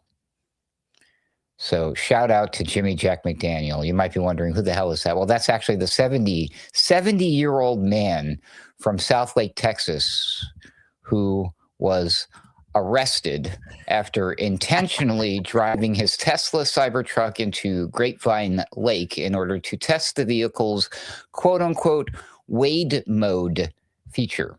So that's right. There you go, folks. It's true what they say about Texas. Everything is bigger, including the idiots. Thank you so much for having me, Hesher. It's been a blast. Man, this is an epic one, not just for the time, but probably for the amount of beer breaks that you've made, the refills. Anyways, thanks for having me. Wise words of William Milton Cooper, otherwise known as Bill Cooper. Read everything, listen to everybody. Don't believe anything unless you prove it for yourself using your own research. That's it from me. Ruckus out. All right. Thanks, Ruckus. Man, what a fun show tonight. I'm glad we all got to hang out and, talk about the psyops of yore, the psyops of today, all that good stuff. I've had an absolute blast tonight. Man, I would love to show some of my footage from the Peeling Flesh concert and stuff like that. Maybe I'll have a discussion with the AIs and see if I need to worry about copyright strikes and all that. But as we close tonight, maybe the defining feeling of this era is not fear. Maybe it's disorientation. The sense that something fundamental has shifted beneath our feet. That the world no longer feels organic, fully human, fully real. We're surrounded by systems designed to predict us, to shape us, to guide our emotions and capture our attention. And increasingly, replace authentic experience itself with simulations of experience. And yet, despite all of the noise, all the manipulation, all of the synthetic culture, there's still something the machine cannot fully replicate. And you saw that here tonight. Human intuition, real conversation, real community, real instinct, real humanity. And perhaps that's why genuine human connection now feels almost rebellious in a world engineered around artificial consensus. So, as the screens glow brighter, as the narrative and the narratives grow more automated, as reality itself becomes increasingly rendered in real time, please remember this: the ability to think independently, the question to power, to remain grounded in authentic human experience. This may become one of the most important survival skills of the synthetic age. So, from all of us here at Alternate Current Radio, thank you for spending your time with us tonight. Stay aware, stay skeptical. Most importantly, take care of each other. And we'll see you next time right here inside the boiler room. That's it. Go ahead and run. Run home and cry to mama.